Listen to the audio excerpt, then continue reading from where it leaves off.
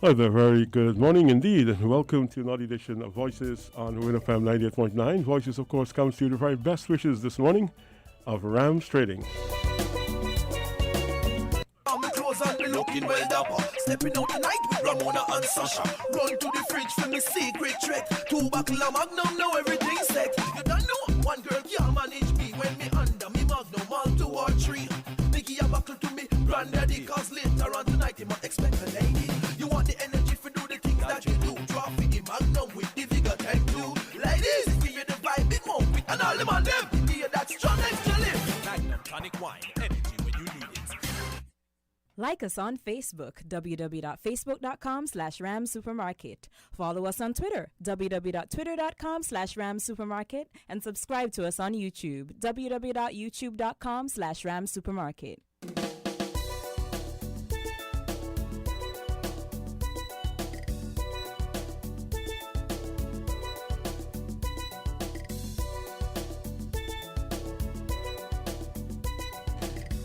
Well, a very good morning to you once again, and thank you so much for choosing Win FM 98.9. It's now time for another edition of Voices.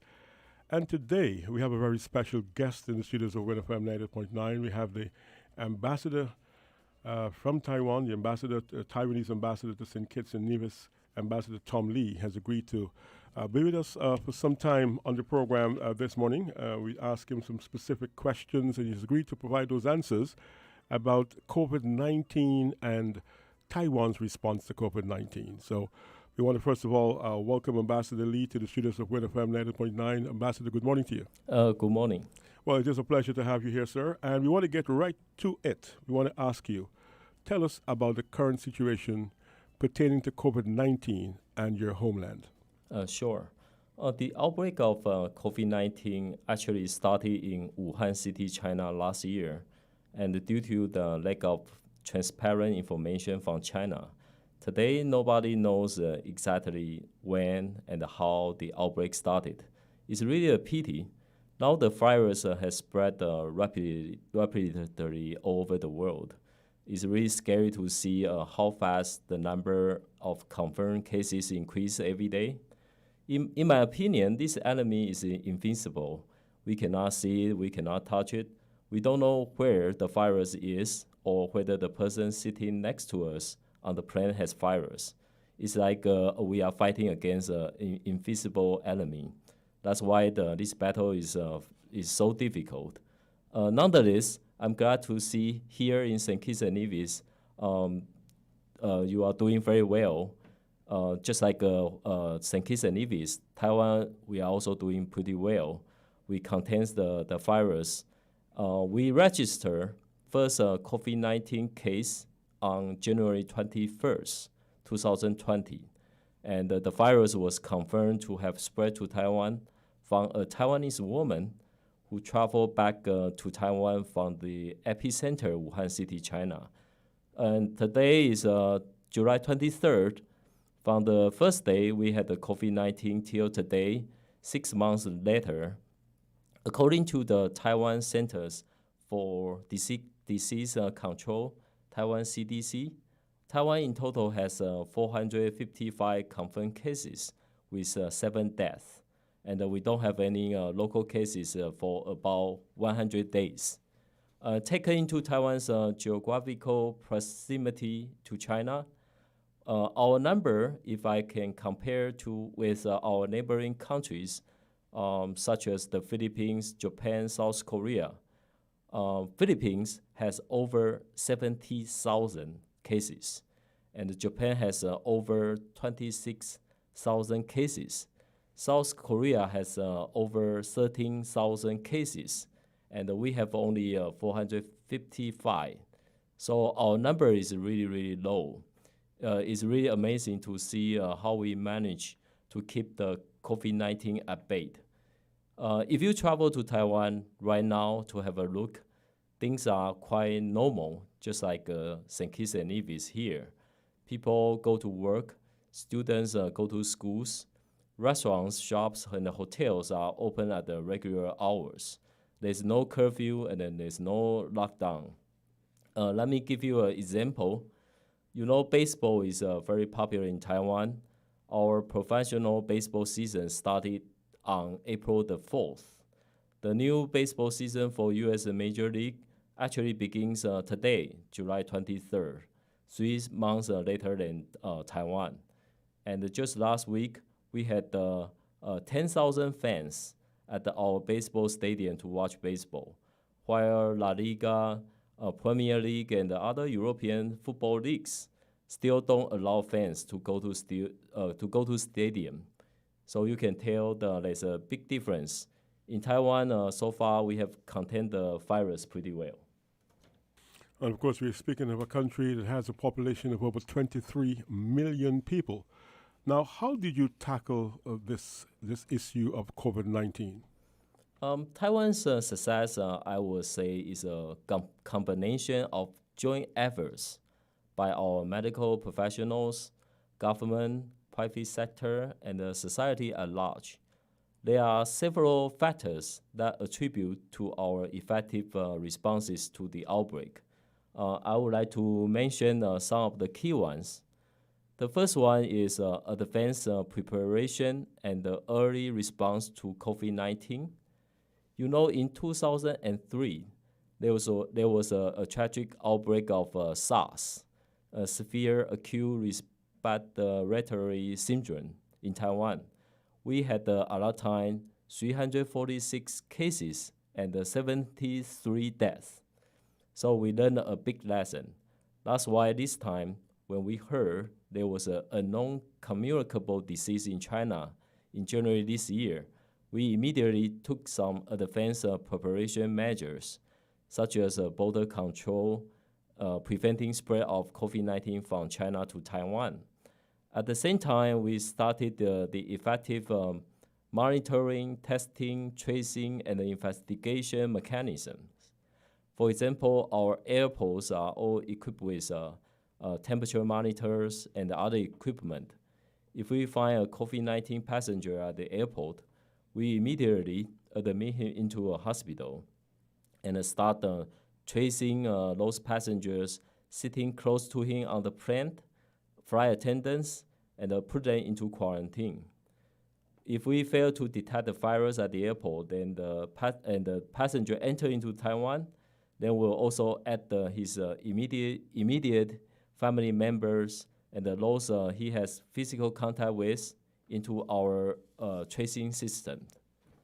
The second factor is a whole of a government system coordinating interagency resources. In January, our government set up the Taiwan Central Epidemic Command Center, which is very similar to the National Emergency Operations Center, NEOC, in St. Kitts and Nevis.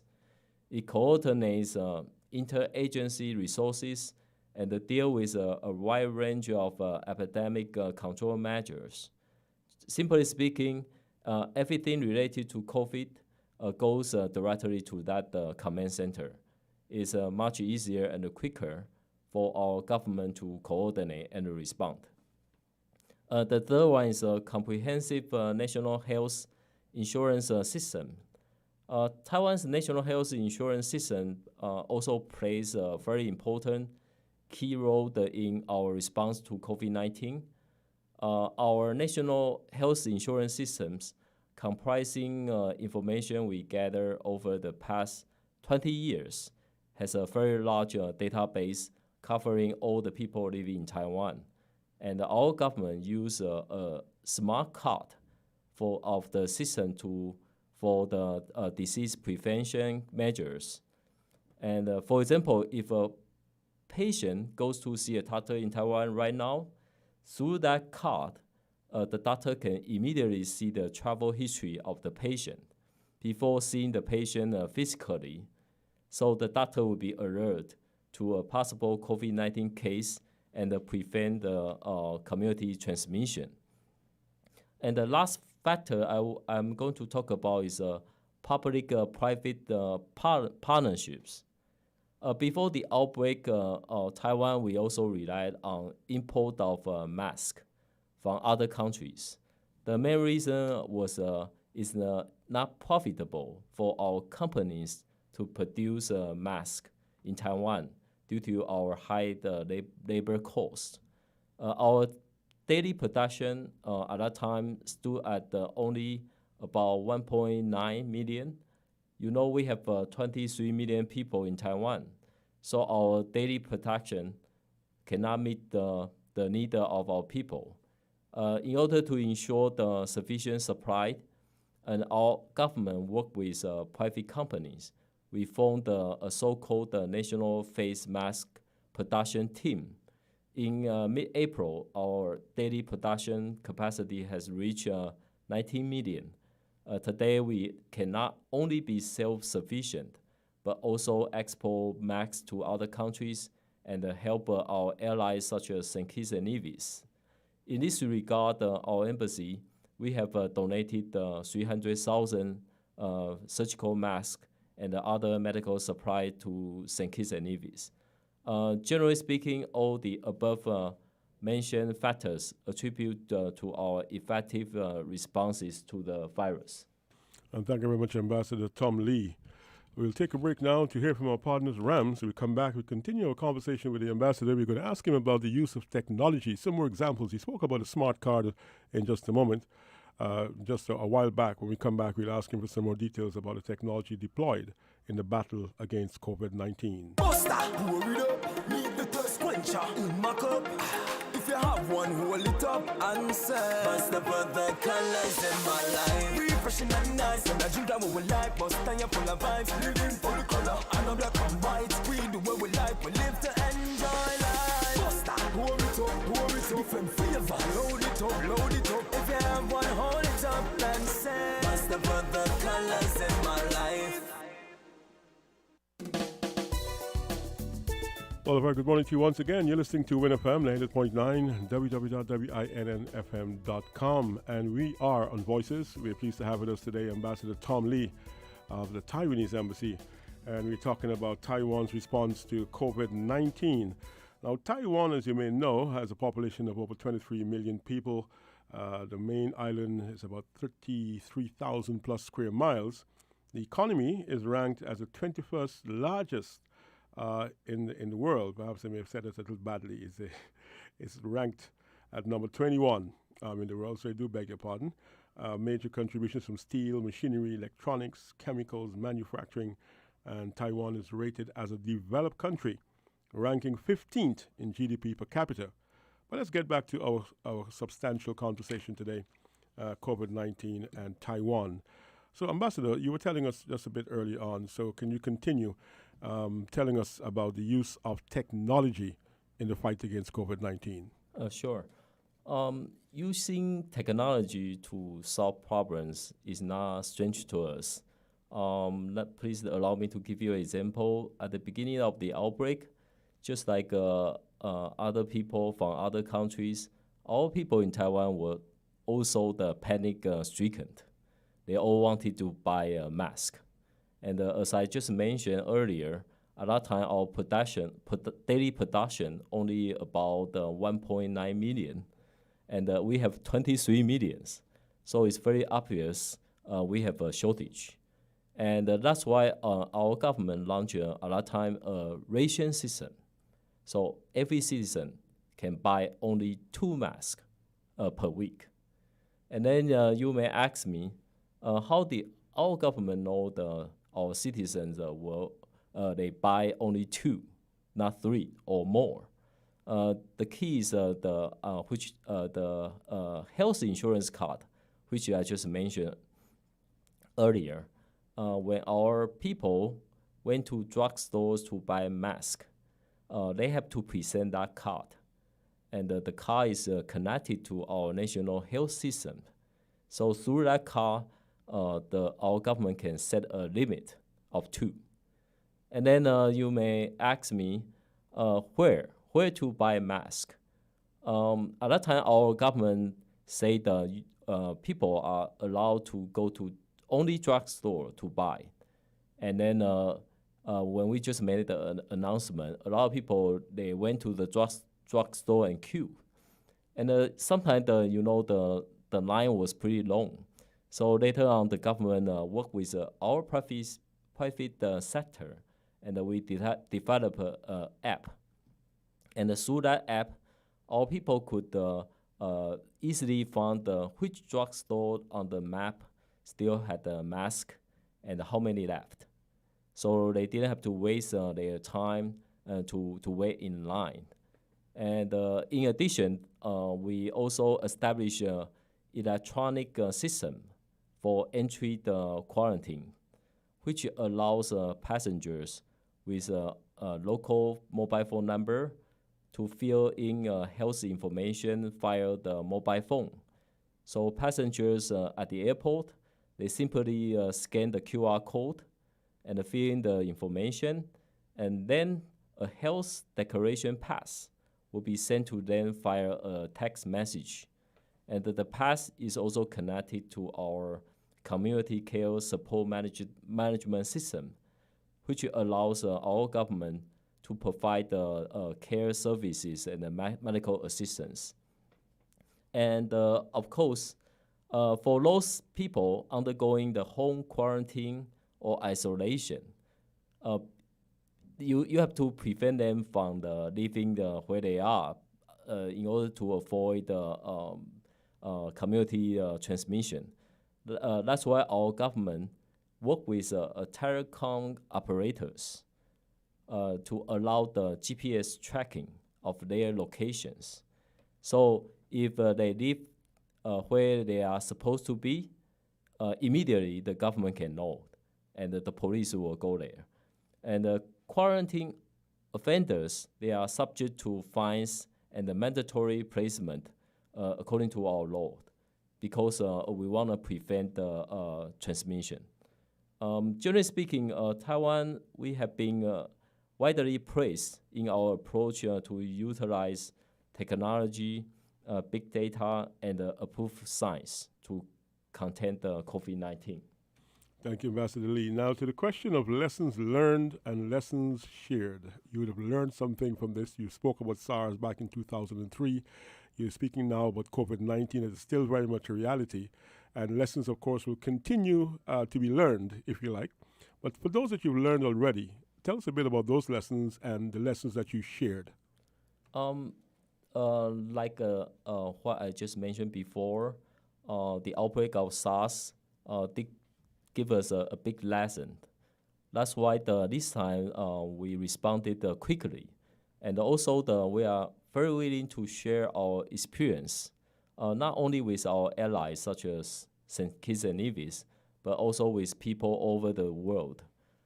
That's why our government, we have put our responses and the measures at our websites. They are in different languages, and so language will not be a problem. And people over the world, they have very easy access to the information. And as a strong ally of St. Kitts and Nevis, Taiwan, we have been doing our best to share our experience and the know-how on fighting against COVID-19. You know, before you go to a battlefield to fight, you need to have a battle plan ready. And before you start the real fighting, you also need to be equipped with weapons you need to fight.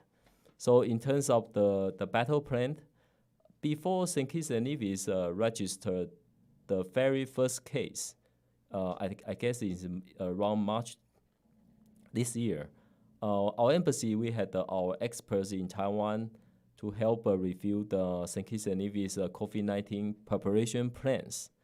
In addition, on March 30th, a video conference was organized by Taipei to share our hospital's COVID-19 prevention measures and SOPs. Soon after, St. Kitts and Nevis registered the first case of COVID-19. And as to the weapons to fight, for the past 4 months, our embassy, we have provided a lot of essential medical supplies to St. Kitts and Nevis. For example, as I mentioned earlier, our embassy so far, we have donated in total 300,000 surgical masks and other medical equipments to government of St. Kitts and Nevis. Let me give you more details in this regard.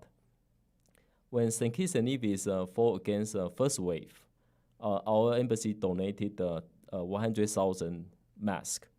And when we knew you are making preparation to tackle the second wave, we donated another 200,000 masks. And in addition to that, we also provide 10,000 N95 9 thermal detectors, which can be used at the airports, hospitals, and other public places, and forehead guns.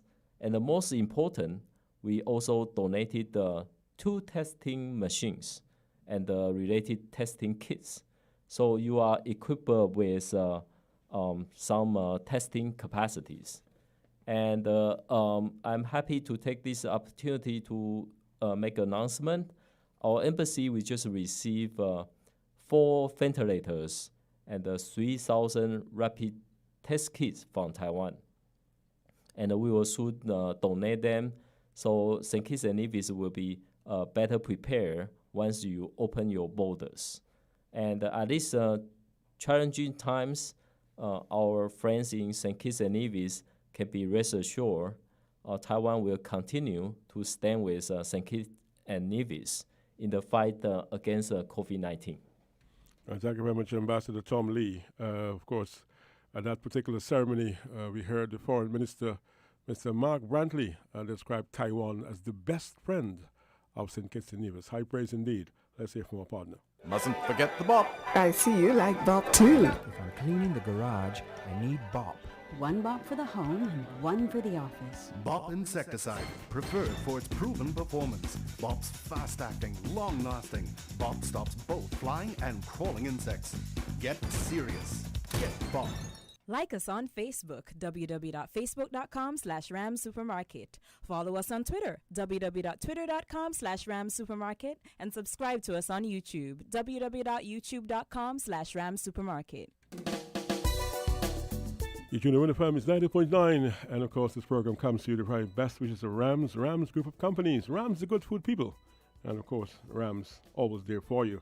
Now we continue on Voices, and we will change gears a bit. The Ambassador has limited time today, but he kindly and graciously consented to be with us for a part of the program. We really wanted to know how Taiwan handled COVID-19, what are the lessons for those of us in the Caribbean and St. Kitts and Nevis. And before he goes, we want to ask him a little bit about agriculture, which is something that we're very fond of talking about, and we recognize as a very, very important aspect of any COVID-19 related response. So I told the Ambassador I'm going to ask him about Taiwan's assistance in St. Kitts' efforts over the years to boost the agriculture sector, and he's agreed to answer, to respond to that question. So Ambassador Tom Lee, this is your opportunity. Tell us a little bit about the work you've been doing over the years in agriculture, a little bit of a status report, if you like, and perhaps even an outlook. Sure.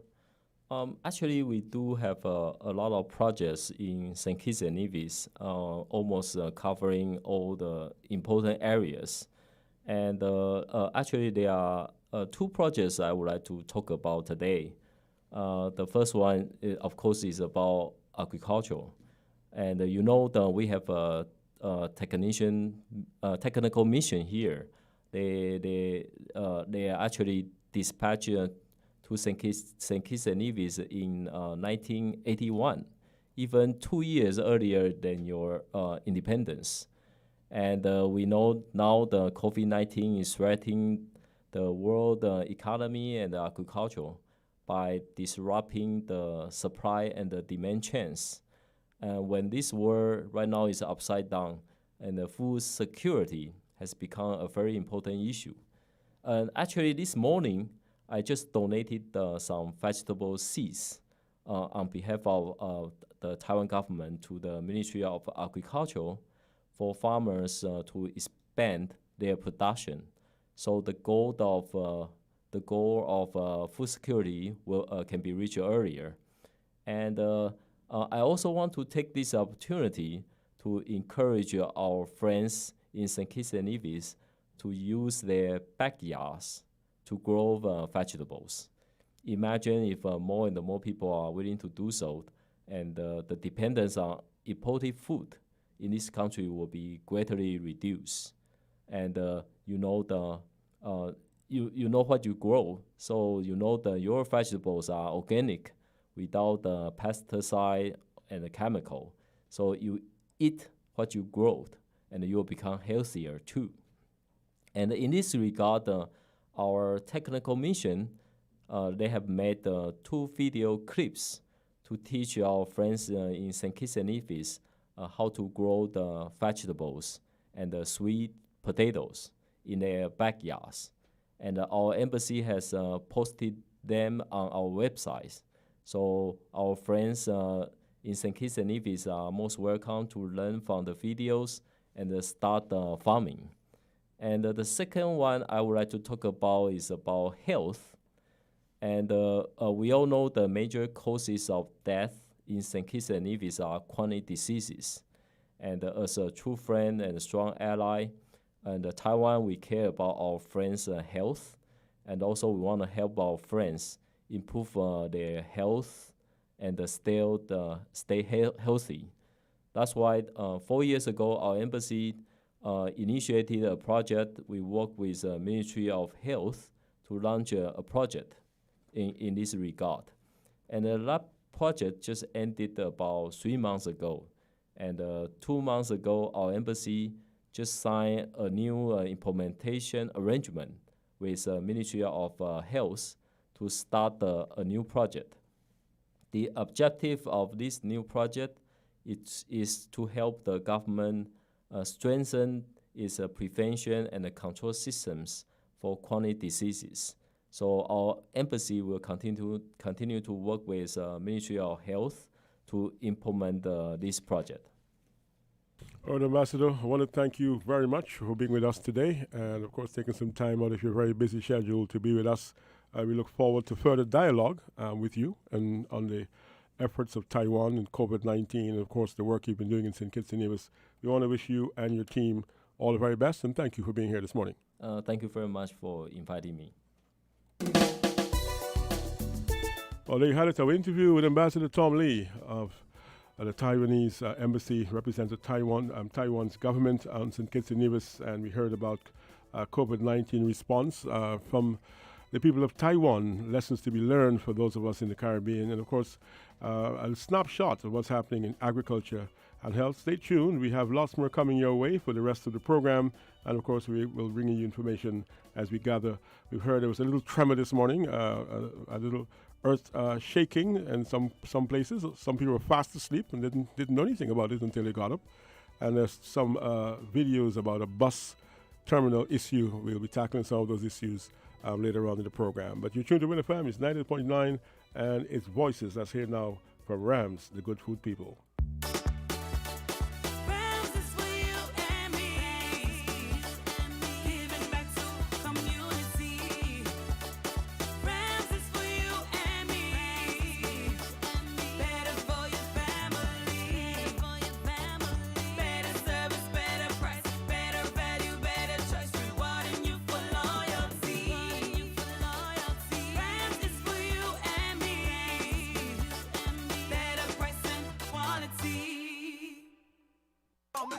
Looking well dapper, stepping out the night with Ramona and Sasha. Run to the fridge for me secret trick. 2 buckle of Magnum, now everything's set. You don't know one girl can't manage me when me under me Magnum all 2 or 3. Mickey a buckle to me granddaddy, cause later on tonight you might expect a lady. You want the energy for do the things that you do. Drop with the Magnum with the figure 10 too. Ladies, give you the vibe, big more and all them on them. Yeah, that's strong as to live. Magnum tonic wine, energy when you need it. Like us on Facebook, www.facebook.com/ramsupermarket. Follow us on Twitter, www.twitter.com/ramsupermarket. And subscribe to us on YouTube, www.youtube.com/ramsupermarket. Buster, pour it up, need the thirst quencher in my cup. If you have one, hold it up and say, bust the colors in my life. Refreshing and nice, and I drink that what we like. Bust time full of vibes, living for the color. And I'm black and white, we do what we like. We live to enjoy life. Buster, pour it up, different flavor. Load it up.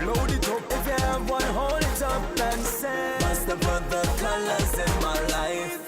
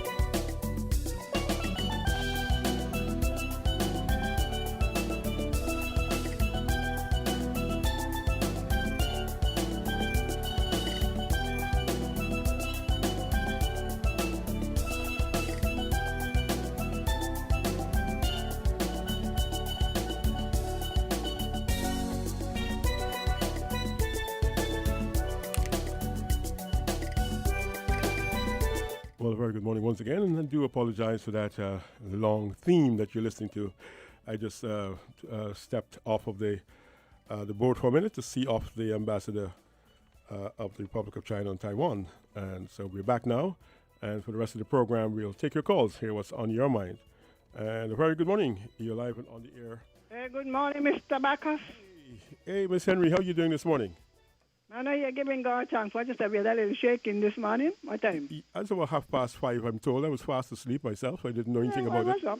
I got a report later how it was, I think, Sharon Richards was doing a story in it for the headline news, getting the latest information. I was up by 5:30, but maybe not. But a little shaken, I was told. No one was injured as far as we are aware. No significant damage. Anyway, let me tell him, time to repent. Yeah, we're keeping our eyes on Gonzalo. We repent in time. Now, I want to comment on the Taiwanese interview I had here. Yes. You know, I knew about Taiwan before I went to university, but I decided I was doing a course called Agriculture Development and Policy. So we were asked to do a paper, those midterm papers. And I decided to do on the development of agriculture in Taiwan. And I learned something I never knew, which helped to explain why they could give a card and you can't go in the supermarket and break down the place, the drugstore, and demand your four. When the government says 2 is 2, they have been trained, because they come from that system. The word I want to use is disciplined. They're very well disciplined. Because I learned for the first time, I had in my mind, I saw them insane kids working and so I thought, the place down there free. I learned when I was doing my paper, my research, that even the crops that they grew were decided, according to the research I did on this thing about the rice. When the government wanted to introduce a new strain of rice, if you planted the original one, they send the police, The police came and uprooted your crops. You had to grow what they said to grow. Now, that kind of a discipline makes it easy to control the virus. People say, oh, in China, it is discipline. When they say stay in your house, they don't have to stand around the police to peep to see if you're there. So when Taiwan decide how many masks you could get, and it is amazing that everything for you on this card, so there's no escaping it. But let me ask you a question, Ms. Henry, and pardon the interruption. I want to get your opinion on something. Go ahead, man. Make it more exciting. Yeah, man. Here's the question. Do you think we in the Caribbean, I just don't want to think it's alone, I want to say the Caribbean, do you think we are ready as yet to accept the idea of having all the information in a central place? That has helped Taiwan. Do you think that's something that people would agree to hear? We wouldn't agree if it was in 10 places. So what I wanted to ask the ambassador, now I recall when my husband was in the hospital, either 2013 or 2015, the JNF, I don't know, they're still giving these cards. They were giving you a hospital card that does a similar thing, but at the hospital, right? So rather than if you go to the A&E, they have to go and go look for your paper file and somebody misplaced your file and they can't find it. Everything should have been digitized or whatever. So when you go in, rather than wasting time and allowing you to die, you present the card. I have a card. But the other day when I went to use it, they said, something ain't finished. So I wanted to know what is the hold up with the card, because it is a good idea. You go to a doctor, you went to one yesterday, and you go to another one. He has advanced knowledge of what could be your problem, because, as you said, before you even order the thing, before you go in to see the doctor already has your history. So it takes less time. So in terms of health, it's a good idea. I'm not so sure about other part of your life, if they must know all your financial business and maybe all your criminal record. But in terms of the Caribbean, we throw battle and stone for less than that. People get trouble. They hear, me not put on. I hear them on the radio there. Why must I wear a mask? Well, you hear what the man say? You don't wear the mask. They have the thing there and they don't ask you, please, if China has over 1 billion, how much billions they have? People, and when they say shut down Beijing or shut down wherever it was, they're not begging you. People in the house lock up for months. What we need to have is self-discipline so that the government don't have to control your life. That's what we need in this country, When they shut down the door from China early, you know that? Oh, yes, they had to. Yeah. They had to. So early o'clock, they hear it over there. They didn't wait until it reached by the door. It over in Wangcheng now, wherever it was. Mm-hmm. They say, all right, nobody else and residents. Because some of us using the citizen argument. Yes. Oh, well, if I'm sick, I supposed to come. You hear what the man talk about? They first have to know the capability. You first got to know your capability. You can't invite your family to come. You send us, all my family in Guyana come. Next thing you know, you end up sleeping on the floor. Mm-hmm. Because sometimes some people just overdo it. They come in and they invite everybody with them. And when they come, you say, well, that bedroom and that bedroom for you. Well, how you hold in? You hold in. Because I'm not giving up my bed. So we have got to learn to be a disciplined people. That's the only way. How you think? We want to see the plan. At least you hear now that a plan is in the works. Mm-hmm. And for those of us who are born rebels, some of us born rebel, just our nature, born resistors, born opposers. Got them in America. Some of them I sure got thing now, corona. They can't make me wear nothing, and they're going to courts and all kind of story. And they come with their babies too, to show you how ignorance is a sin. Coming with that baby, and they in front of the courthouse, and they're carrying on. Even some of them who are protesting, they hear, you could march with a mask on your face. Everybody threw everything to the wind. And today now everybody's suffering. So I must commend them. And in terms of agriculture, they have revolutionized agriculture in St. Kitts, They don't get enough credit. All in watermelon and peppers and story. We even used to grow rice, Mr. Bacchus. I guess you heard so. No, I didn't know, but I heard you used to grow a lot of nuts and cotton, but I never heard about no, cotton was before the time. Okay. Cotton was before the Taiwanese came. Cotton was in the old estate days. Okay. In the 1980s, because I used to go out to the agriculture, since I did this agriculture course at university, when I came back, even though I was in stats, I make sure I use whatever knowledge I had. And especially down in Foy's and Sandy Point, down Broderson Way, they grow what was called upland rice. I don't know if you're about you're from Guyana, where they grow rice. Yeah, but this one is like what, like basmati rice? It's something like ordinary rice. But it was a long grain one. Yeah, long grain rice. Yeah, long grain rice. Yeah, I know what you're talking about. But it is called upland because it is grown on dry land. Okay. That's why they call it upland. Mm-hmm. No water run between, no bank and nothing. You understand? Yes. You just go, it's like how you plant. Like how you plant, it's like a grass field. Mm-hmm. And they provided the herbicide and the whatever side and the other whatever side. People, they used to sell rice in supermarkets that were grown here, all down in Sandy Point and so. Which year are you talking about? Which year would this be? This is what, in the 60s? No, not what, it has to be in the 80s. In the 80s. Because I went to the Plan Union in 85. Okay. So it's anywhere between 85 to 89, 90. Yeah, somewhere down there, so. Yeah, because Taiwan came in the 80s, so it has to be somewhere. It came 81. Yeah, yes. I tell you, they introduced, like watermelon and so. Mm-hmm. They are the one who introduced it, because watermelon used to go wild in the cane field. Nobody used to produce it. Okay. And they introduced the different varieties of tomatoes and all those things you see people growing, and all of the wax apple. They introduce all of those things. And even some of the varieties of the potatoes and stuff.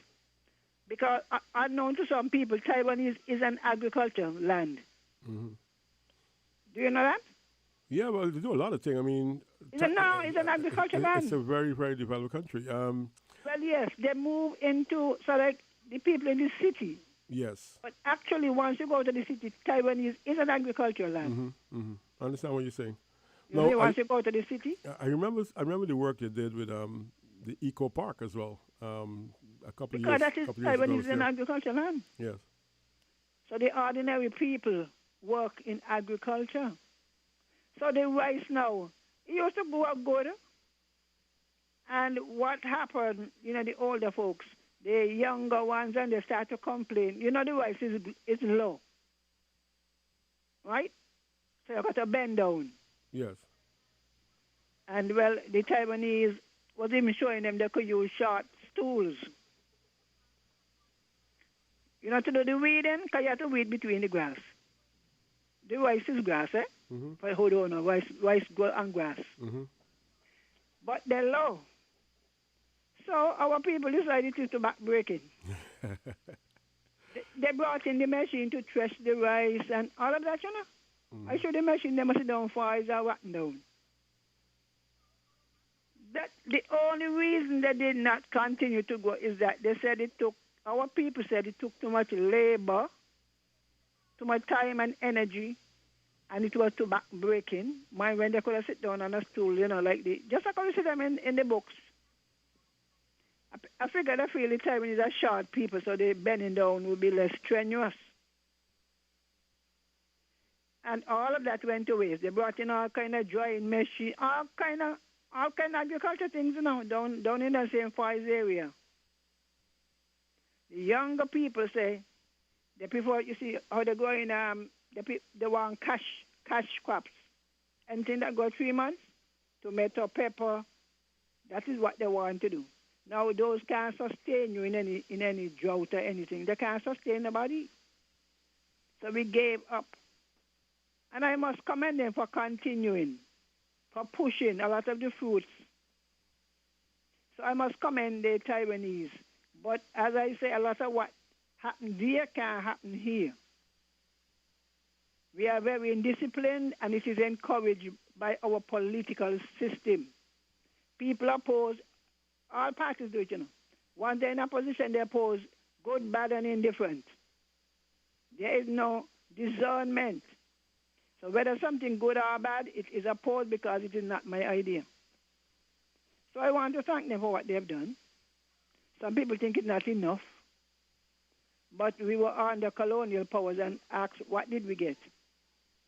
So Mr. Bacchus, that's it. And to all of you out there, take a thing from the Taiwanese. While they have an agriculture base, the young people are the ones in the cities into technology.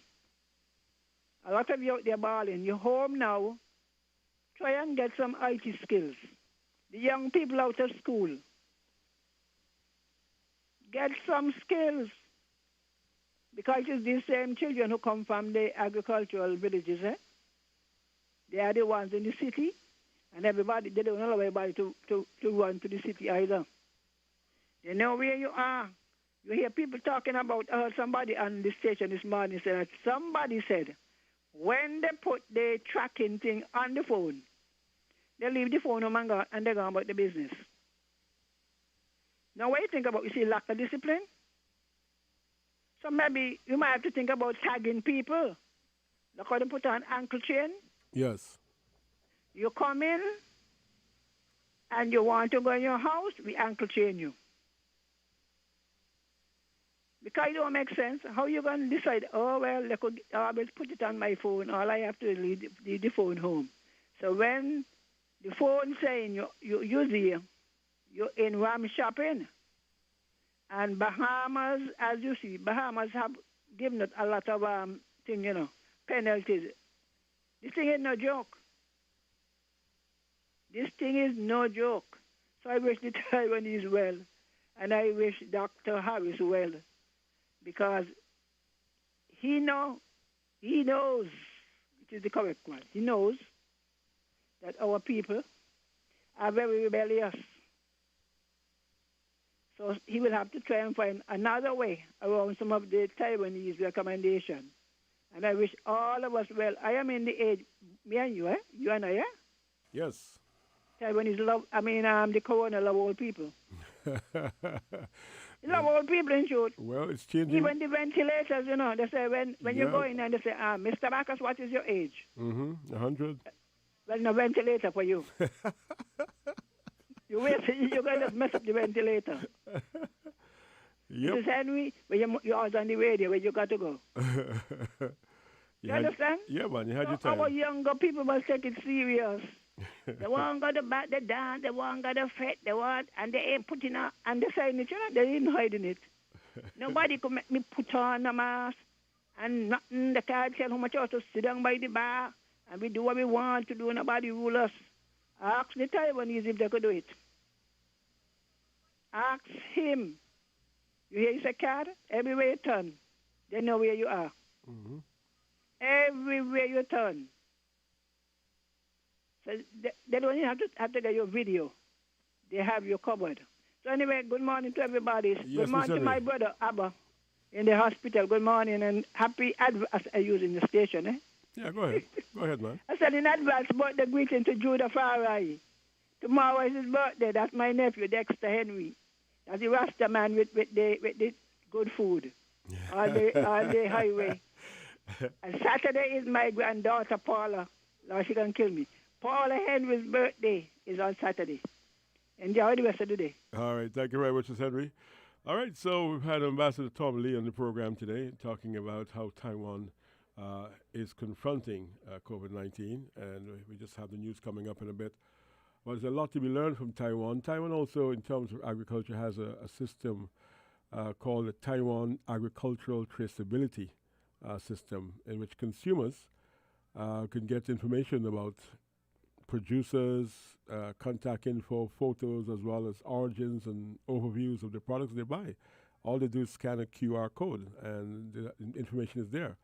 And that also inspires consumer confidence. It allows distributors a chance to confirm the origins of what they buy, locate problems in supply systems, and to reduce risk of food safety. So the authorities also use the system as well to impose sanctions as such, and to have on-site investigations, sampling, and just disciplinary measures employed for any violations. So certainly the use of technology, a very important part of that plan. Let's go back to the phone lines and hear from this caller. Call you on the air, and good morning to you. Mr. Bacchus, good day. Well. You came by late? Not, Mr.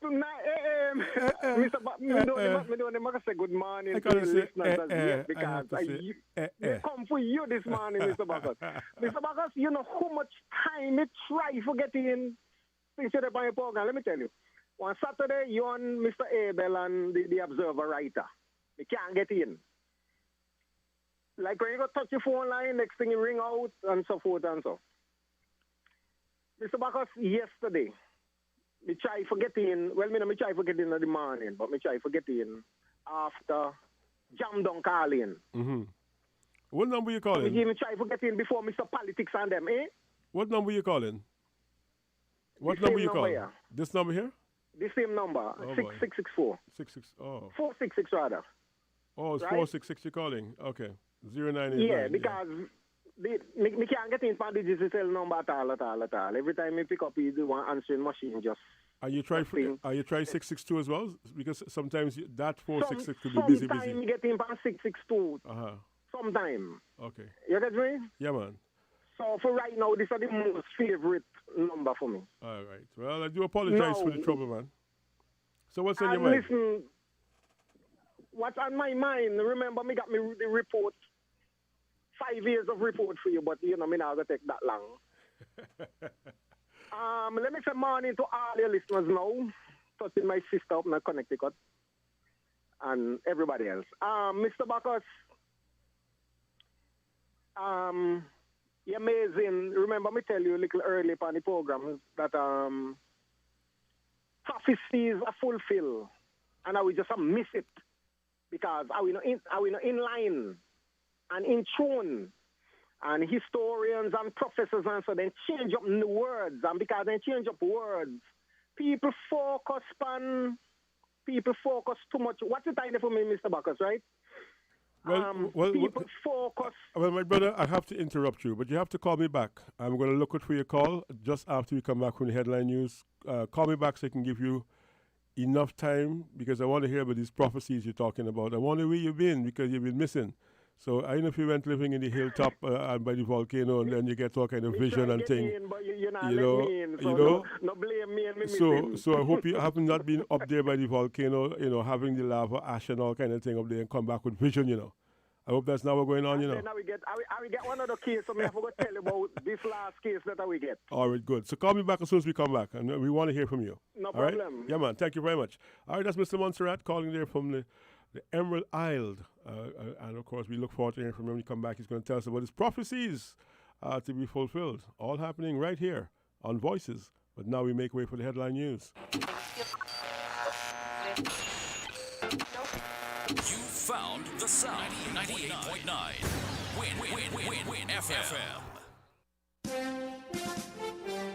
We now bring you the Win FM Headline News. The Win FM Headline News is brought to you by Caribbean Alliance, KDP Enterprises, The Grange, Carib Brewery, CNC Trading.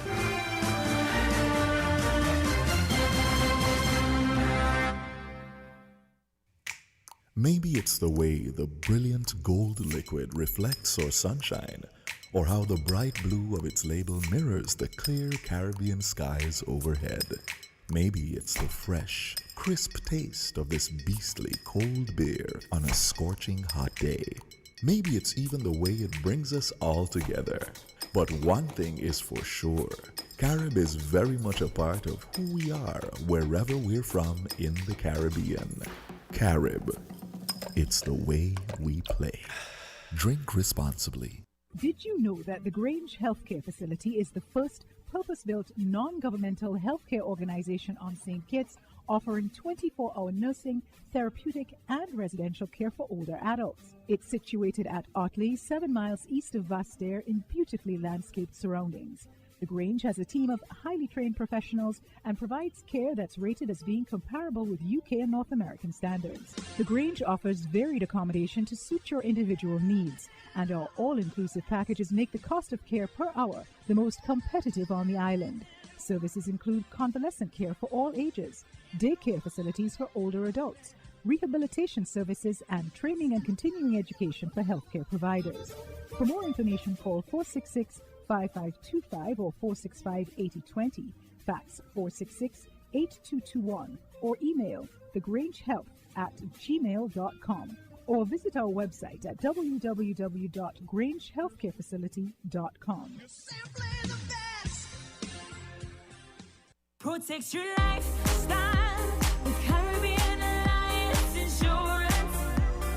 Tilly Wall with a local reputation and service for second to none. Securing you is our mission. People that you can trust, your business, property, we got you covered. Motor or personal, whatever it is, we got you covered. 130 years in this business, we've got you covered. For all your insurance needs, visit or call us at 465-2631 or 469-5303. Dealey Walwyn, people you can trust. Shipping your cargo shouldn't be a hassle. It can be as easy as a single call to Amerijet International, your worldwide cargo transportation solution. We provide all the services you need to ship your goods anywhere in the world. Whether your shipment is fresh, frozen, large or small, alive or hazardous, you can count on Amerijet to deliver it safe and sound. Amerijet International, by land, sea or air. We get it there. For more information, visit us online at www.amerijet.com or call us at KDP Enterprises, telephone number 466-9595.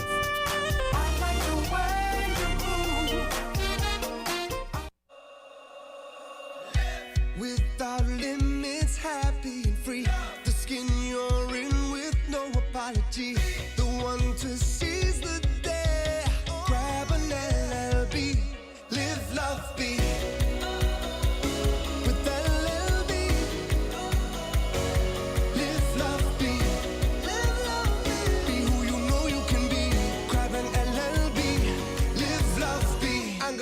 lemon, lime, and bitters. Live, love, be.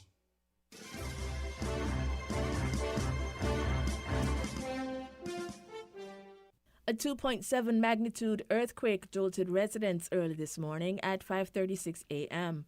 According to the University of the West Indies Seismic Research Center, northeast of St. Kitts and Nevis at 17.42 degrees north and 62.65 degrees west. The quake was a shallow 1.3 kilometers deep. Residents took to social media to share the event.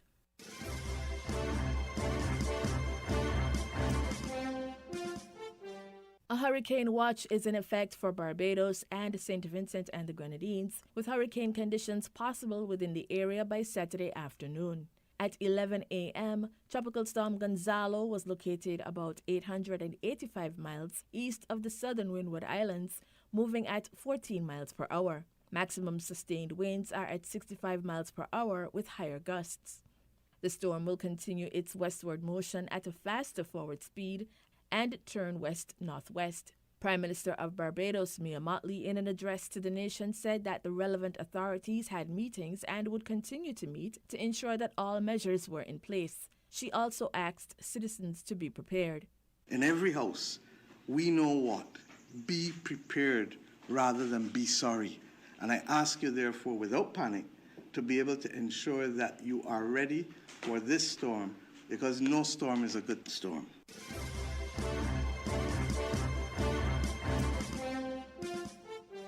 No, people like to use what they want to use. We call an emergency meeting. Those are the words of President of the Westline Bus Association, Nicholson Rambo Webster. He was at the time speaking to Win FM about reports that operators in his line were undertaking strike action on Thursday. Webster says an emergency meeting was called to discuss ongoing issues operators plying their trade along the western corridors are facing with a male police officer. Well, we've been having some issues with the police at the terminal. Well, a particular police. He basically been disrupting the what we doing normally now for about a year. So as a result of that, we call an emergency meeting this morning. What exactly is that he is saying that you guys are doing wrong? Well, he's trying to say that we are double parking, but he does not understand that because he have not been working in that area.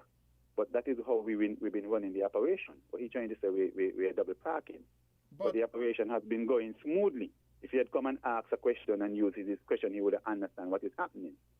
You don't come down with a hammer trying to kill a flea. Following the meeting, the bus drivers were able to have an audience with the Minister of Transport, Lindsey Grant, and representatives from the police force. Well, the police have reached out to me. We have talked to them. The minister have reached out to me as well, Mr. Grant, and we just left his office. But our contention is not with the government. Our contention is with the police. So we were trying to iron out the issues with the police, and we just tired of the abuse by individual police, because we have been working good with the traffic department. And up to yesterday, I was on the radio with the traffic department, and day before yesterday, the traffic department was down in the terminal with me. And we iron out the issue, I think, in all is well. And then last night, again, the same police come down there again and start to arrest people, saying we're doing something illegal that we have been doing for the last year. So we can't continue with that kind of behavior from the police. So what is the next move? Well, we have already gotten the audience of the police, and they assured us that the matter will be dealt with today. We had a good meeting with the police, and they assured us that everything would be ironed out today. So we don't feel like we have any more contention with the police or anything like that, because we have spoken to the High Command and everything. And even Mr. Grant have spoken to them and tell them deal with the situation. So I expect everything to be dealt with today. Mr. Webster made an apology to the public for the disruption in operations of the buses this morning, as the meeting was called at 8 a.m. We're sorry for the inconvenience this morning, but we had to take care of issues, and as a result of that, we inconvenienced some passengers. We apologize. Our issue is not with the public. Our issue is not with the government. Our issue was solely with the police, and we are sorry for any inconvenience that the public encountered.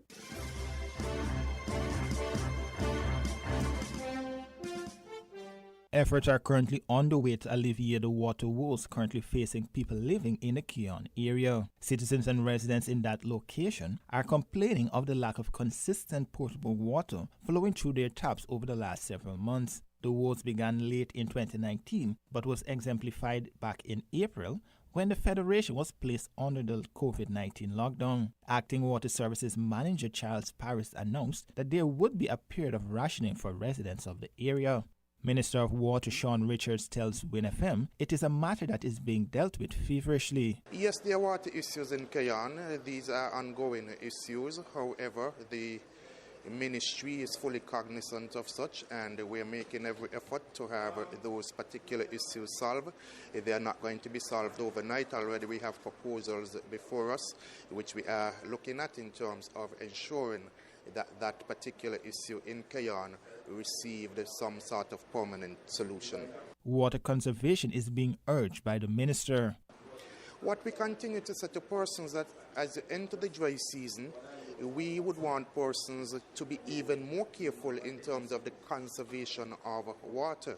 It is an issue which has been plaguing the Federation, and persons and their consumption of water can help us. We still see persons wasting water throughout the Federation of St. Kitts and Nevis. I think once ago we took water for granted, but we now recognize that it is a scarce commodity. And with it being a scarce commodity and persons depending upon it on a daily basis, we ask persons to use it as such. Use it only when absolutely needed rather than wasting it. Richard spoke about the ongoing pipe laying exercise in the St. Paul's area. What has happened is throughout the road, the Island Main Road reconstruction project, there are several old pipes that the water department has been removing. What you are seeing in St. Paul's is specifically part of that, removing those old pipes and putting in new infrastructure for water to be carried to the different homes and businesses throughout the St. Paul's community. It's not just in St. Paul's alone you will see that taking place.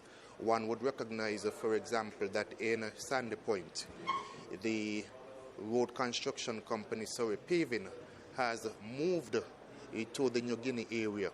That is because there are no pipes to be changed in that particular area, but the pipes in Sandy Point are also supposed to be changed. The department was awaiting the arrival of the pipes on island, and so as the pipes arrive, that specific part of the job is being undertaken. That project forms part of a larger island-wide pipe replacement exercise. Yes, it is island-wide where some pipes have been identified to be changed. Minister of Public Infrastructure and Water Sean Richards.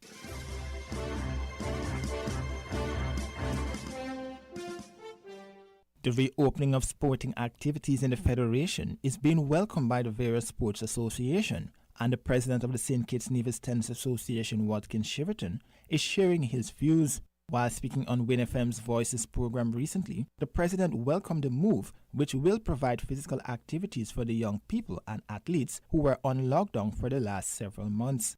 Well, for sure, it is a welcome news. It's a welcome position that we have arrived at with respect to really getting our children, getting our athletes, getting the doors, if you will, open back up to the type of lifestyle which is so beneficial to a healthy nation and even for our athletes. So we know that we've been locked down for some time and for necessary reasons to safeguard our children and our athletes, but to open it back up is very, very welcome, very important step in the process for us.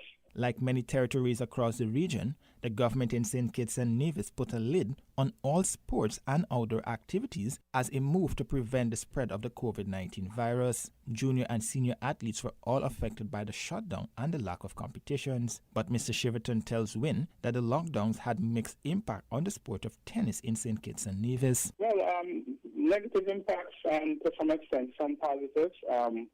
Negative, of course, in the sense that, we had quite a number of events that we would have loved to have executed for 2020, whether it's the junior events, tournaments, primary school competition, social events among our clubs and players, as well as regional competition, the attending of, for example, the Junior Invitational, which is hosted by Antigua, which should have taken place in May.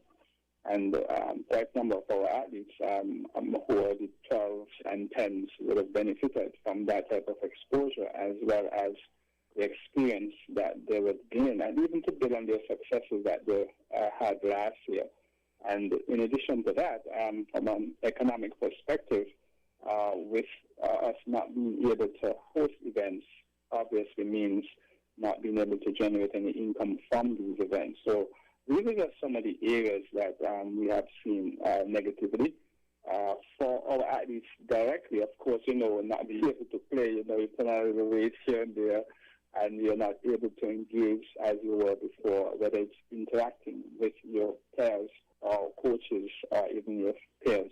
The president also spoke to lessons learned from the lockdown and the impact of COVID-19. Well, first of all, it is to be agile and realizing that quite a number of your initiatives also requires strategic planning, and at the same time going beyond the box in looking at player development, where you could look at the psychological development especially, and see how you can help them to be better confident while they're playing, better physically fit.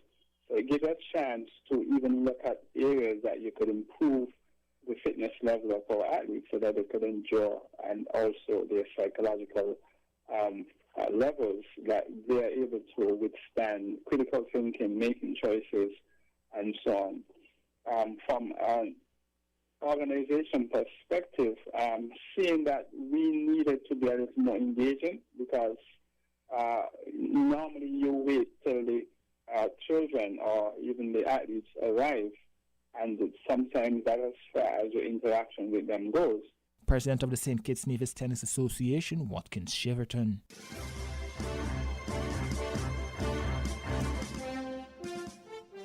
NBC Prime. Quote, regrettably, the situation here at home has already deteriorated since we began the reopening of our domestic economy. It has deteriorated at an exponential rate since we reopened our international borders, end quote. These words are attributed to Hubert Minnis, Prime Minister of Bahamas, following the country's decision to ban American tourists from entering the country. Immense concern has been expressed over the record rates of infection in the United States and decisions by some Caribbean nations to open their tourism industry to visitors originating there. And as the debate rages on in St. Lucia as well, Tourism Minister Dominic Fede was asked whether St. Lucia may adopt similar steps in the coming days and weeks. Well, the Bahamas situation is one that is very peculiar. It is very sad that they have had to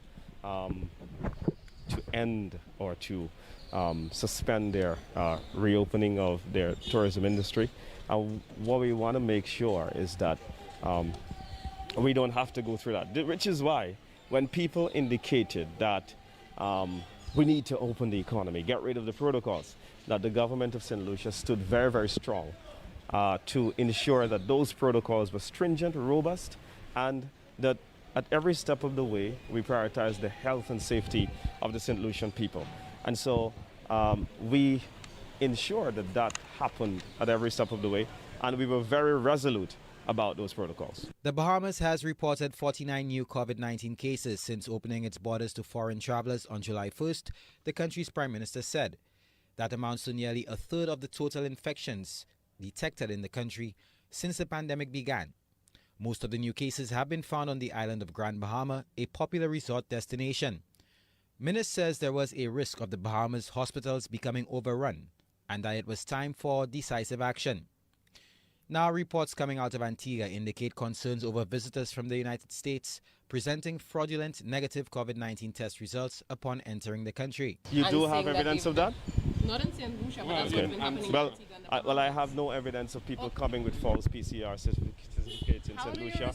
I was just on a Zoom call with all of the health professionals. Every day, actually, we deliberate over the various issues, and I want to leave you with the assurance, my friends of the press, that we're taking every step necessary to make sure that you are safe, your family are safe, your viewers are safe, and that this country is safe. So I'm not saying that there are not unscrupulous people out there that will try something on. If they do, I want to ensure and assure you as well that every step will be taken to ensure that the full ambit of the law is actually instituted. Now, concerns have also been expressed over reports of discrimination meted out to individuals here, believed to be American nationals. Suggestions are that visitors be fitted with some sort of identifier. Because at this point, some people don't know. And there is a lot of fear. I don't know if you're not aware of the level of fear. People are scared of going out. And I don't feel like any of the responses from the Ministry of Tourism or the Ministry of Health actually doing anything to quell those fears. Okay, well, I guess we're going to have various opinions. What I've found in this COVID fight is that everyone is the chief medical officer. You've got a lot of different positions that people are instituting. And what I want to let you know is that I am taking the advice of the medical people. So far, based on the reports that we have received from hotels, from the police, from the health officials, so far we've had a very high compliant rate. And what we want to do is to make sure that we analyze this in a very measured way. The tourism minister agreed, however, that there should be a strong approach to dealing with individuals who break the established protocols. Miguel Favre, NBC Prime.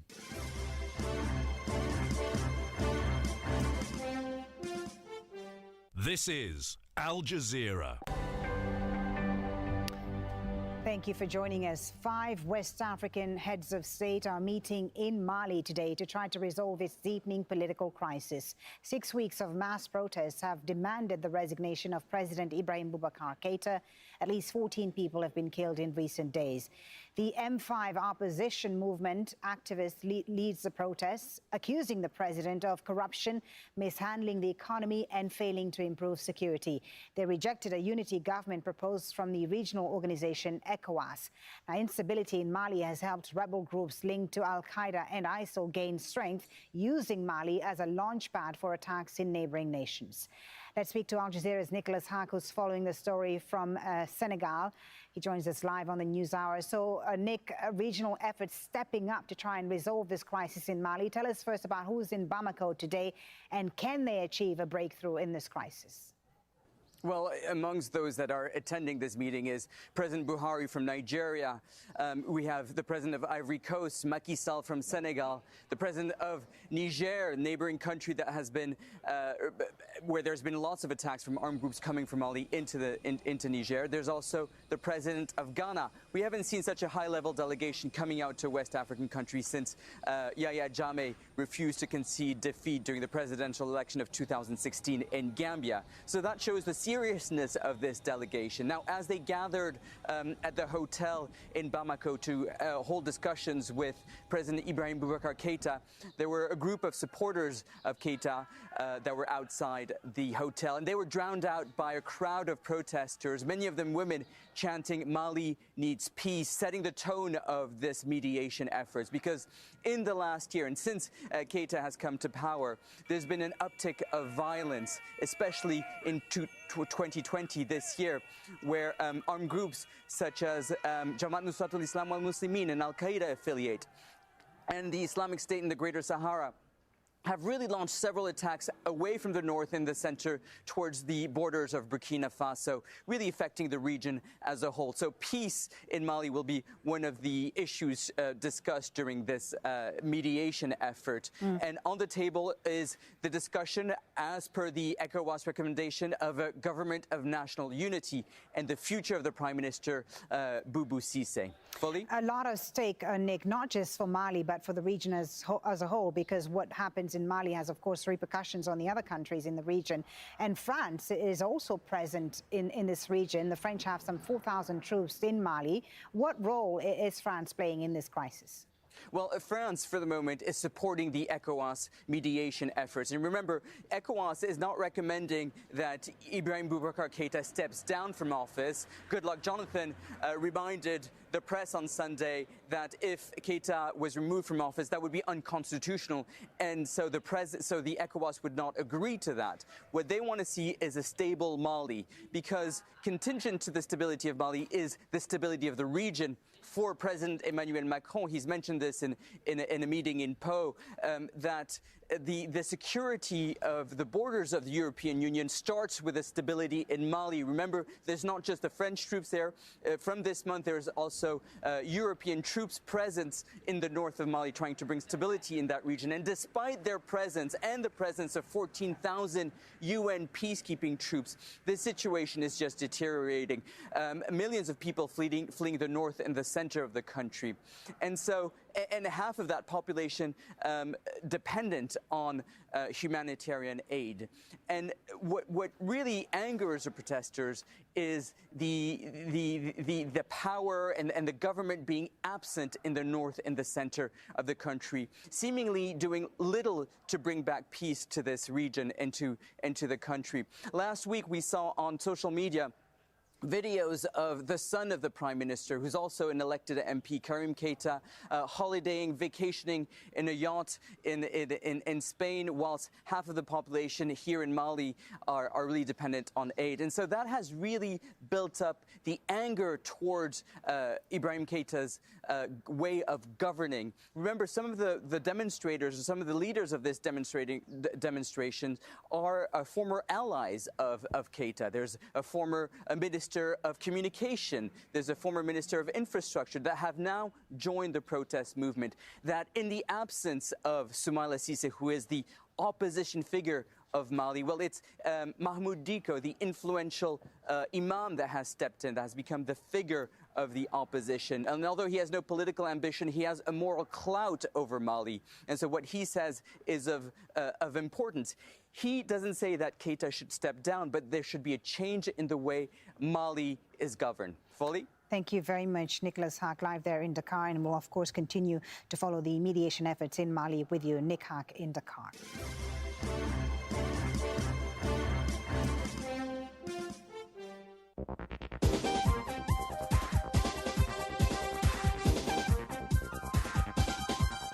This is the Carib Update News Service. I'm Wendy Chateau reporting.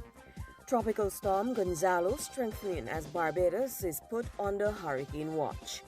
This is the big story we're tracking this hour on the AM edition of Newsbreak for Thursday, July 23, 2020.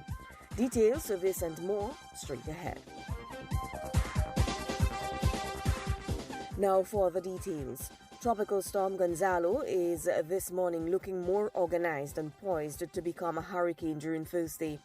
This hour, Barbados is under a hurricane watch, and interests in St. Lucia, St. Vincent and the Grenadines, and Grenada are expected to continue to monitor the system.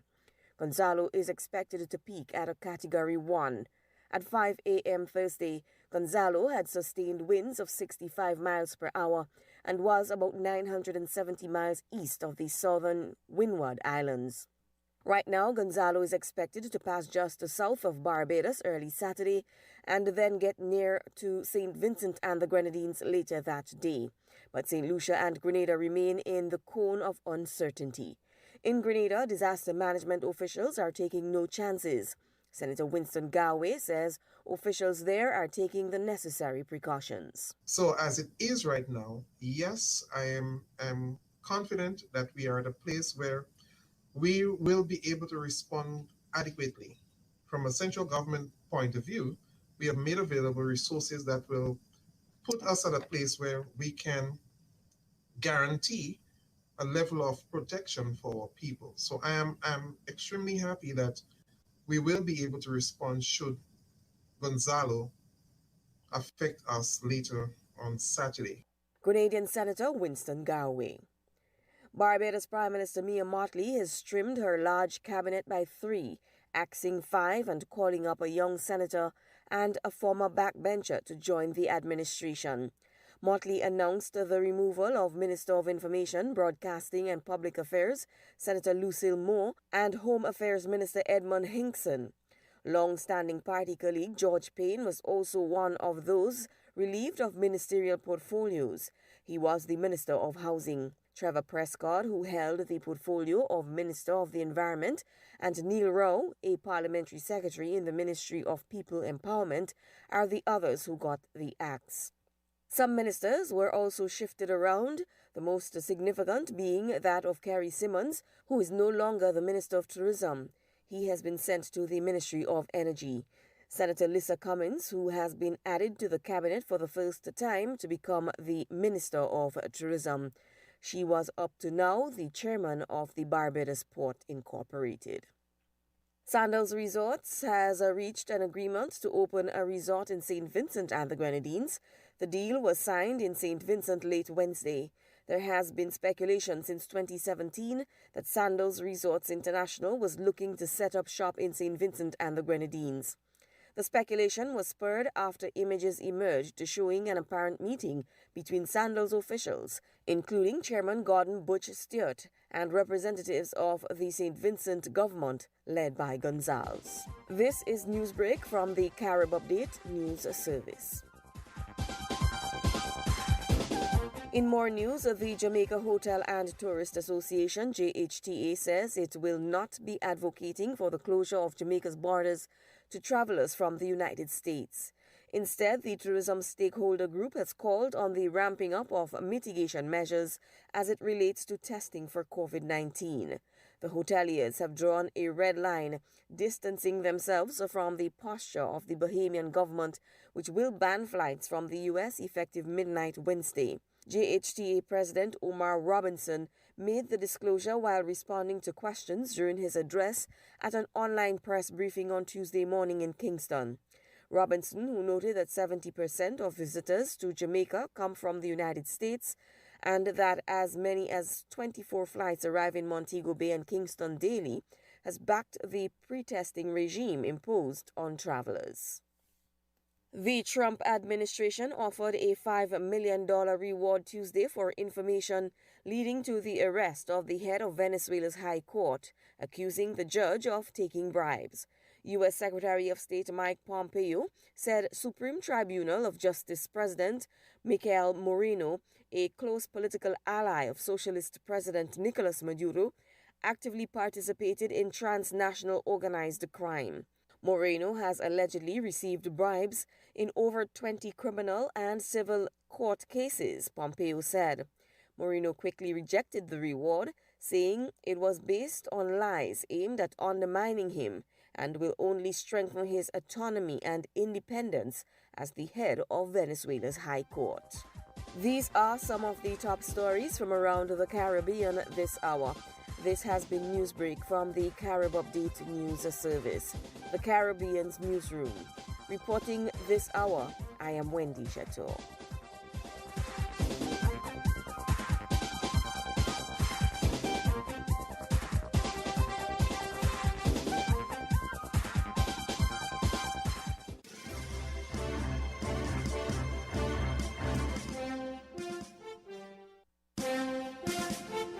That was the WinFM Headline News, brought to you by KDP Enterprises, Caribbean Alliance, Carib Brewery, CNC Trading, The Grange.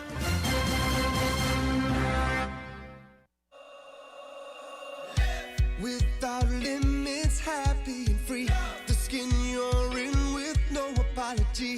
The one to seize the day. Grab an LLB. Live, love, be. With LLB. Live, love, be. Live, love, be. Be who you know you can be. Grab an LLB. Live, love, be. Angostura, lemon, lime, and bitters. Live, love, be. Shipping your cargo shouldn't be a hassle. It can be as easy as a single call to Amerijet International, your worldwide cargo transportation solution. We provide all the services you need to ship your goods anywhere in the world. Whether your shipment is fresh, frozen, large or small, alive or hazardous, you can count on Amerijet to deliver it safe and sound. Amerijet International, by land, sea or air. We get it there. For more information, visit us online at www.amerijet.com or call us at KDP Enterprises, telephone number 466-9595.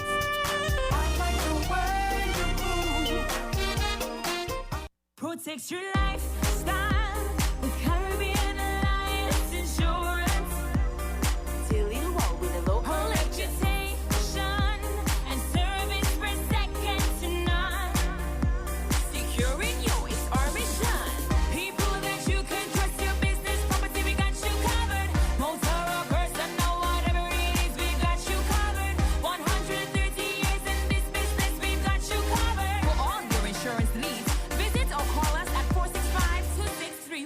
or 469-5303. Dealey Walwyn, people you can trust. Did you know that the Grange Healthcare Facility is the first purpose-built non-governmental healthcare organization on St. Kitts, offering 24-hour nursing, therapeutic, and residential care for older adults? It's situated at Otley, 7 miles east of Vastair in beautifully landscaped surroundings. The Grange has a team of highly trained professionals and provides care that's rated as being comparable with UK and North American standards. The Grange offers varied accommodation to suit your individual needs, and our all-inclusive packages make the cost of care per hour the most competitive on the island. Services include convalescent care for all ages, daycare facilities for older adults, rehabilitation services, and training and continuing education for healthcare providers. For more information, call 466-5525 or 465-8020, fax 466-8221, or email thegrangehealth@gmail.com, or visit our website at www.grangehealthcarefacility.com. Maybe it's the way the brilliant gold liquid reflects our sunshine, or how the bright blue of its label mirrors the clear Caribbean skies overhead. Maybe it's the fresh, crisp taste of this beastly cold beer on a scorching hot day. Maybe it's even the way it brings us all together. But one thing is for sure, Carib is very much a part of who we are wherever we're from in the Caribbean. Carib. It's the way we play. Drink responsibly. We're different. We're 98.9. 98.9. Win FM. When is the last time that you've had lunch or dinner away from home? The ambience of Sweet Cane on Port Zante provides you with that touch. Sweet Cane daily specials include burgers, wraps, soup, and tasty seafood dishes. Sweet Cane also caters for events and special parties. Call our Sweet Cane hotline at 465-4345 or 665-7628. Sweet Cane, they've got the touch.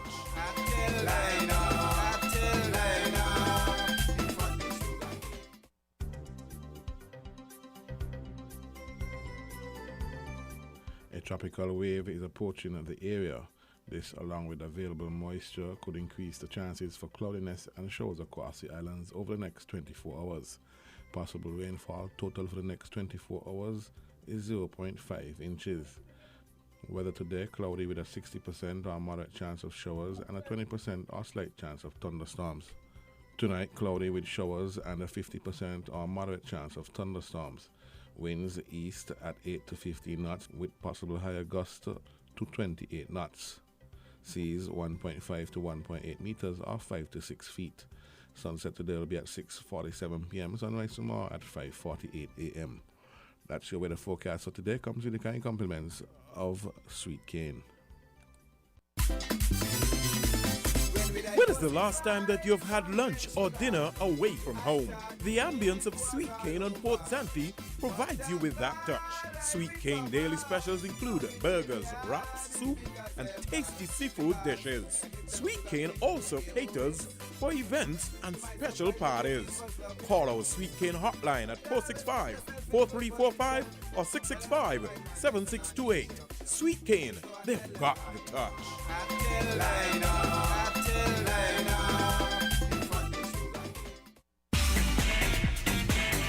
Found the sound. 98.9. Win FM.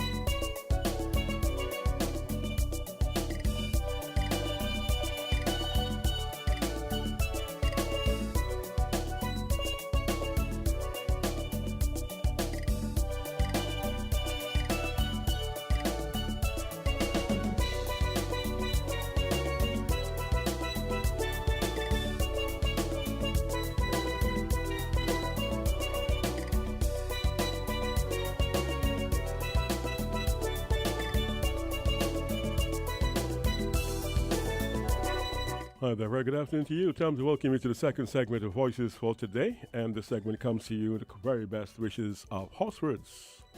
It's the Houseware Sale of the Year at Horseman's. Happening now at Horseman's Building and Diva Centers. It's the biggest houseware sale of the year. Yes, come to Horseman's Building and Diva Centers and get 25% off all houseware items, 25% off on blenders, pots and pans, small appliances, openers, bread makers, deep fryers, electric heaters, irons, airbeds, shower caddy, bowls, frying pans, bathroom wares such as trash cans, toilet paper holders, toilet bowl brush, plus brooms, mops, sponges, and much, much more. It's the Houseware Sale of the Year at Horseman's Building and Diva Center. 25% off on all housewares happening now. Sale ends August 31st. Terms and conditions apply. See store for details. A very good afternoon. You're live with Voices. Good afternoon, Mr. Backus. Yes, Mr. McMahon. Good afternoon to you. Yes, sir. Listening to your interview with the Taiwanese ambassador and a caller who called in afterwards, we should be very careful with that word discipline. In the Oriental context, it is a euphemism for control. I, for one, would much prefer to live in a rebellious, challenging, individualistic culture than one which is docile and compliant and submissive to the collective. It's not true to say that we are the other extreme. No one can characterize our initial response to COVID as reckless or careless. I mean, people lined up, they maintained their social distance, and they wore their masks. I think the people started to get a little more lax when we realized that the few cases that we had were all imported or in isolation. There was no community spread, and the borders were closed. So we were essentially safe. In that scenario, we could have completely opened the local economy and do away with a restrictive curfew. People should always question the motives of those who want to curtail their freedom, because the motives are not always good ones. Some are very sinister. Note, too, that the Taiwanese ambassador said that basically Taiwan was operating as normal internally. That is, schools and businesses are open, and there was no curfew. Okay? Our predicament now is how and when we should reopen to the outside world. But we shouldn't be agonizing about completely opening our local economy and we shouldn't be maintaining this useless curfew. I would really like someone to explain the rationale for doing that at this stage. But going back to the interview with the Taiwanese, with the ambassador, you know, I sometimes wonder what they really think of us behind their friendliness and their polite words and their unassuming appearance. They have been in this country for over 35 years, showing us the possibilities for our agriculture, and we are still backward in that area. I mean, even the latest showpiece, the Eco Park, we have not been able to build on and maintain ourselves after they turn it over to us. And that's on us, not on them. And, I mean, I wouldn't go as far as to blame our people either. I mean, if our people have higher aspirations, we can't blame them. You know, if successive governments had they poured more investment into agriculture and subsidized it, you know, from the more successful sectors of the economy, like tourism, we would not have been in this predicament as far as agriculture is concerned. And successive governments, too, should have pivoted by now and leveraged our relationship with the Taiwanese towards manufacturing and information and communication technologies, okay? Because they're good in those areas as well, right? I mean, there's only so much Taiwan could do in terms of agriculture. And it's no point taking the horse to the water if it's not prepared to drink, right? So the government should have found replacement investors from Taiwan to set up shop here to export to the nearby U.S. market, especially when companies like Lutron were closing down. But everybody seemed to have focused on the tourism and the CBI instead of economic diversification, right? And so right now it's time we take stock and do some brainstorming to determine our economic pathways in the future. And by the way, you notice I heard in the news just now that St. Vincent is going to be getting a Sandals resort, which just goes to show that even in these tough economic times and the tough environment, governments can still attract foreign direct investment. Okay? We just need a competent government to be able to do it, right? And so that's a lesson for us as well. All right? All right. Okay. Thank you so much. All right. So, as Mr. McMahon, thanks for calling, sir. Appreciate it. And, of course, in the first segment of the program, we had on the ambassador from Republic of China on Taiwan, the Taiwanese ambassador to St. Kitts and Nevis. And we're talking about Taiwan's response. Total number of cases in Taiwan, 455. And the neighbors, China, located to, I think, the northwest of Taiwan, 83,729 cases as of today. Whereas Taiwan had 7 deaths, China 4,634. Of course, there's a vast difference in population. 23 million plus in Taiwan, and China's population, we're talking about almost. I'll give you the exact number in a while. I don't want to mislead you. Then, of course, Japan, another neighbor of Taiwan, 26,000 plus cases with some 4,000 plus active cases.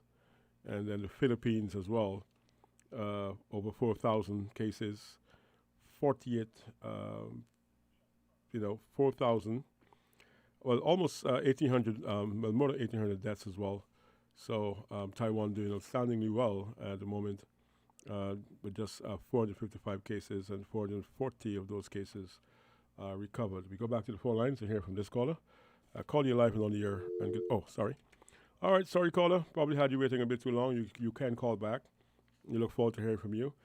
And, of course, Ambassador Lee spoke about the use of the healthcare smart card, and that card has information about the individual in terms of where the individual has bought his stuff, what he's buying, where he's been. And the smart card is the size of a credit card, usually, but it has a microcontroller, microprocessor, or memory chip that contains encrypted data that can be read from a point-of-care facility using a reader linked to a computer system. So another means of saying 2 masks for you. We know when you have 2 masks. You can't get 4 because the card shows that. Call you live and on the air. Good afternoon to you.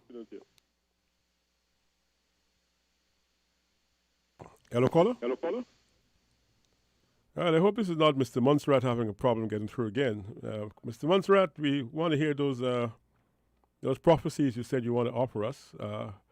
If you're trying 4660989, you're having a difficulty, do try 6620989.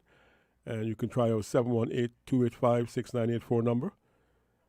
718-285-6984 as well. Hopefully you can get through with one of those numbers. Call you on the air. Good afternoon. Mr. Bacchus. Yes, sir. Good afternoon. Hey, Gregory, good afternoon.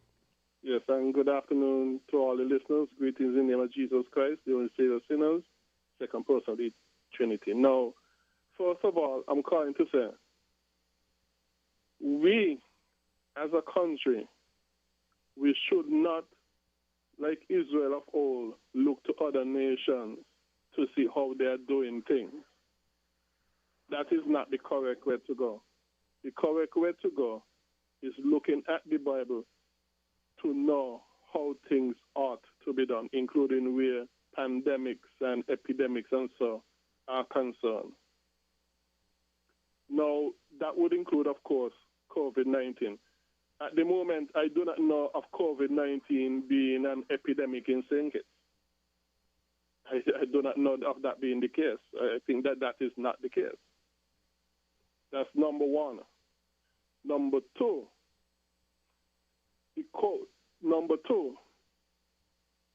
things have been changed. Definitions of COVID-19 cases have been changing, especially, for example, in America, when you hear of these rising cases, it isn't so much because of the rising cases. It's because, one, more tests has been done, so they're getting more people, so more people are being discovered with the COVID-19. Two, the definition has been changed to the point where even if you are suspected because of your exhibiting certain symptoms, even if you are suspected of COVID-19, you are counted or documented as a COVID-19 case. And not only that, even where the deaths are concerned.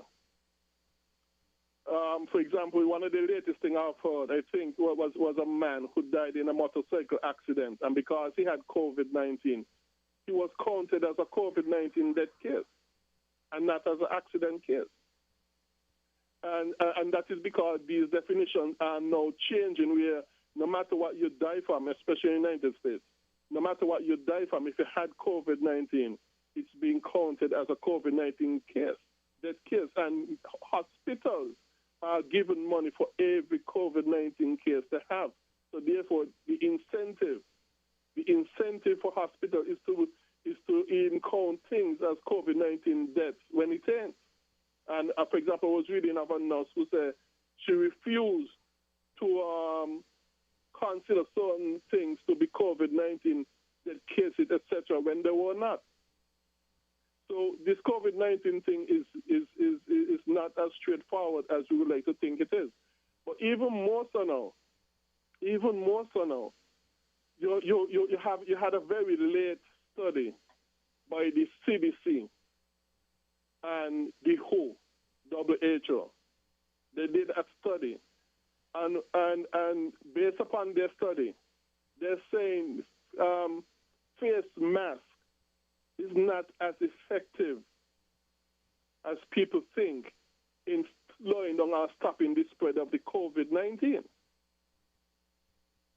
These are things that are out there that a lot of people are not hearing out. So, but no, there are different studies. No, the science, I reference that science, and I could have referenced other studies as well. But the thing is that, for example, when it comes to face masks, there are different studies. Some say it helps prevent it and cut it down. And there are other studies that say the opposite and say that the face mask may even be a health risk, especially if you have certain sicknesses, that it might even make it worse. So the science on the face mask is not settled. People can quote studies on both sides. It's not settled. But a lot of people is treating the topic as though it is settled science. No. The thing is that even if we are not going to rise to the high level of what the Bible says, even if we are going to stoop down to the lower level of what science says, because that is what makes us feel good. We're not, even the science is settled on that. And the thing is that any government that is going to restrict the freedom of anybody or the people and affect and make decisions that are going to affect them, especially they're going to affect them negatively, you are to first prove. For example, if you're going on science, the science concerning this, and you are to first prove that this is what the science definitely says. And not just do things that are going to affect people negatively because you are the government and you have the power to this and to do that. Because any government that is going to do things and they ain't have to prove nothing to the people. If anything, the people will have to prove it to them that they're wrong. They ain't have to prove to the people that hey, based upon the science, I'm correct and that sort of stuff.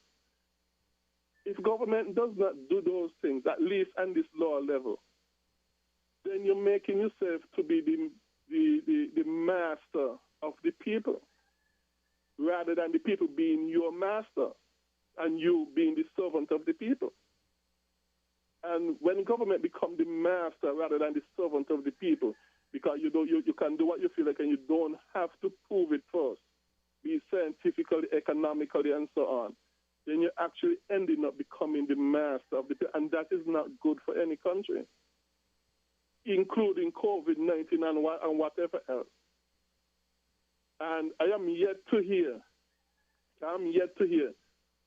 where it is shown that the science has definitely shown this, because as far as I know, like I said, the science is not settled on this issue. And the latest, like I've said, have come from out the CDC and WHO. Their study have shown that the face mask ain't what people think is both to the wearer and to other people, because there are people saying, well, it doesn't protect you from other people, it protects other people from. Where the CDC and WHO study shows either way, the face mask is not effective as people think it is in stopping or slowing down the spreading. But like I said, the science on this issue is not said, because people can quote studies to back up on all different sides of this issue. But above all else, what I'm mostly interested in, for me as a Christian, is really what the Bible says, because God is in control and God is the one who is always correct. We are wrong.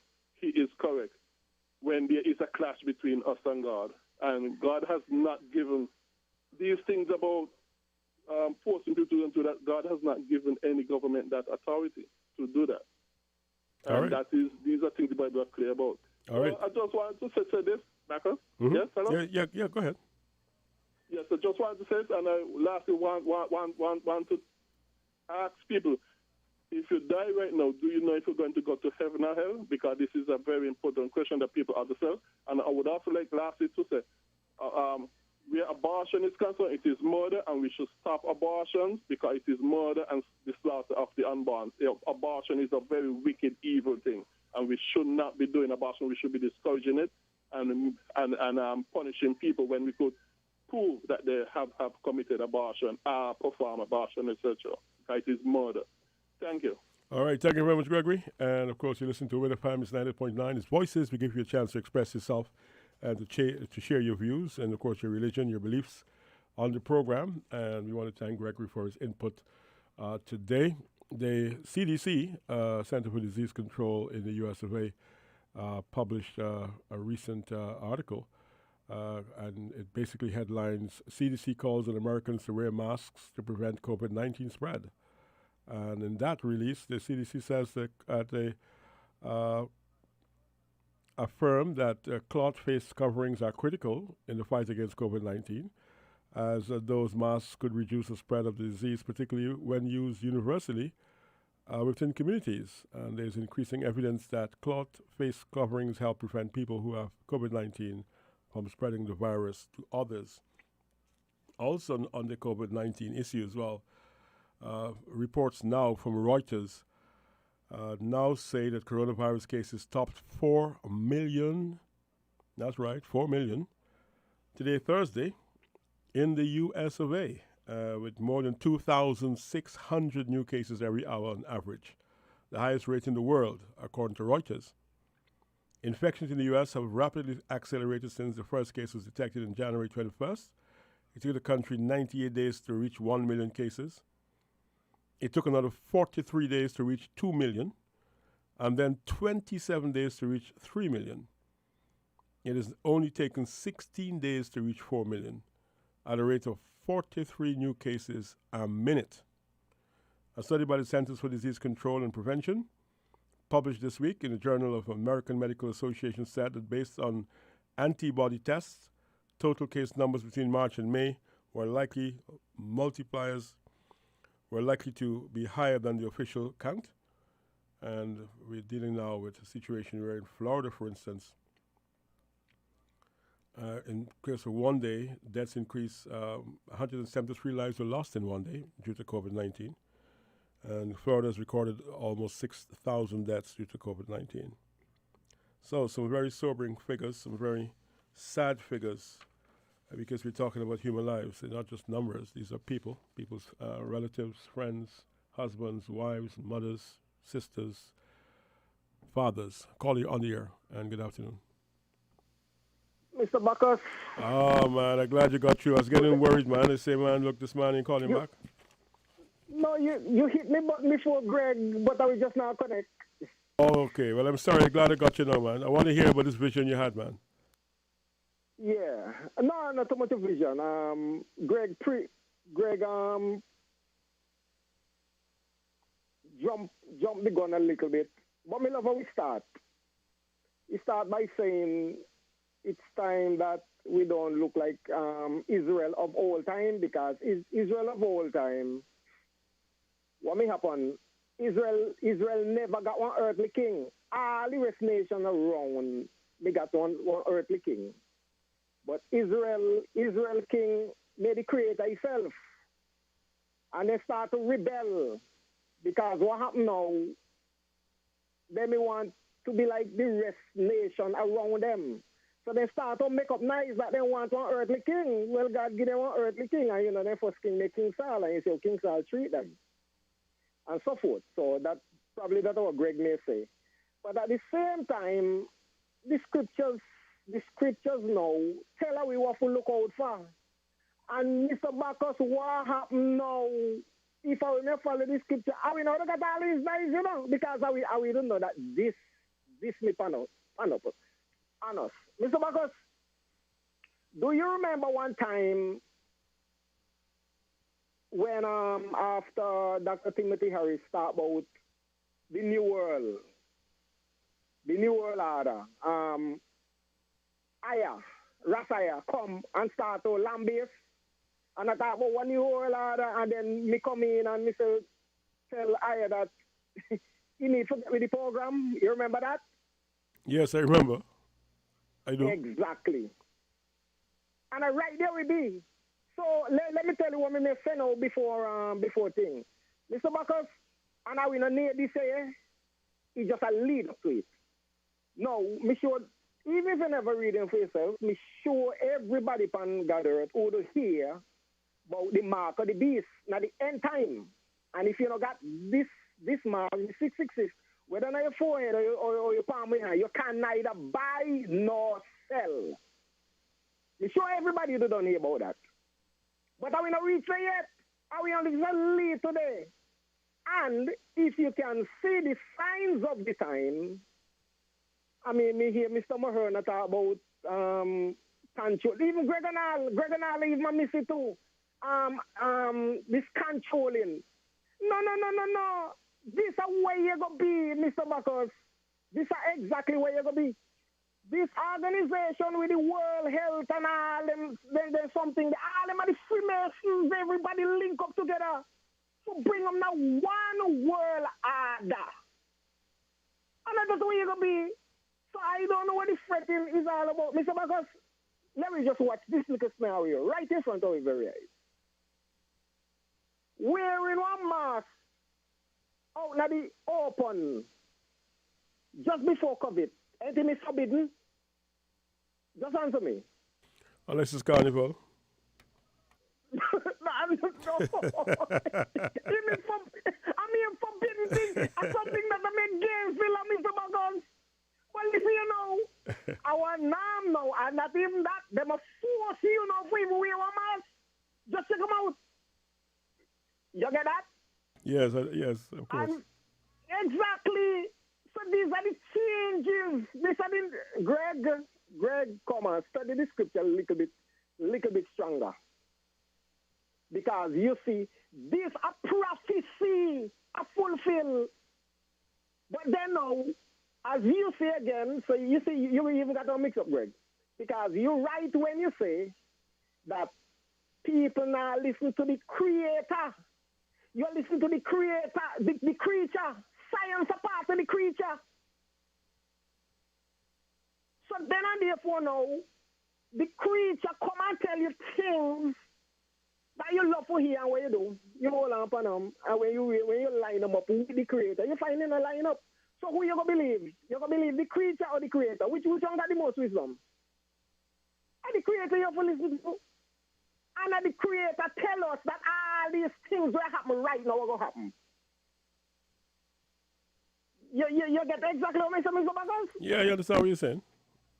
Exactly. So then and therefore, this forcing for wear mask and so forth, it's just like if you don't got on your mask, you're not supposed to catch the public bus and so forth and so forth and so.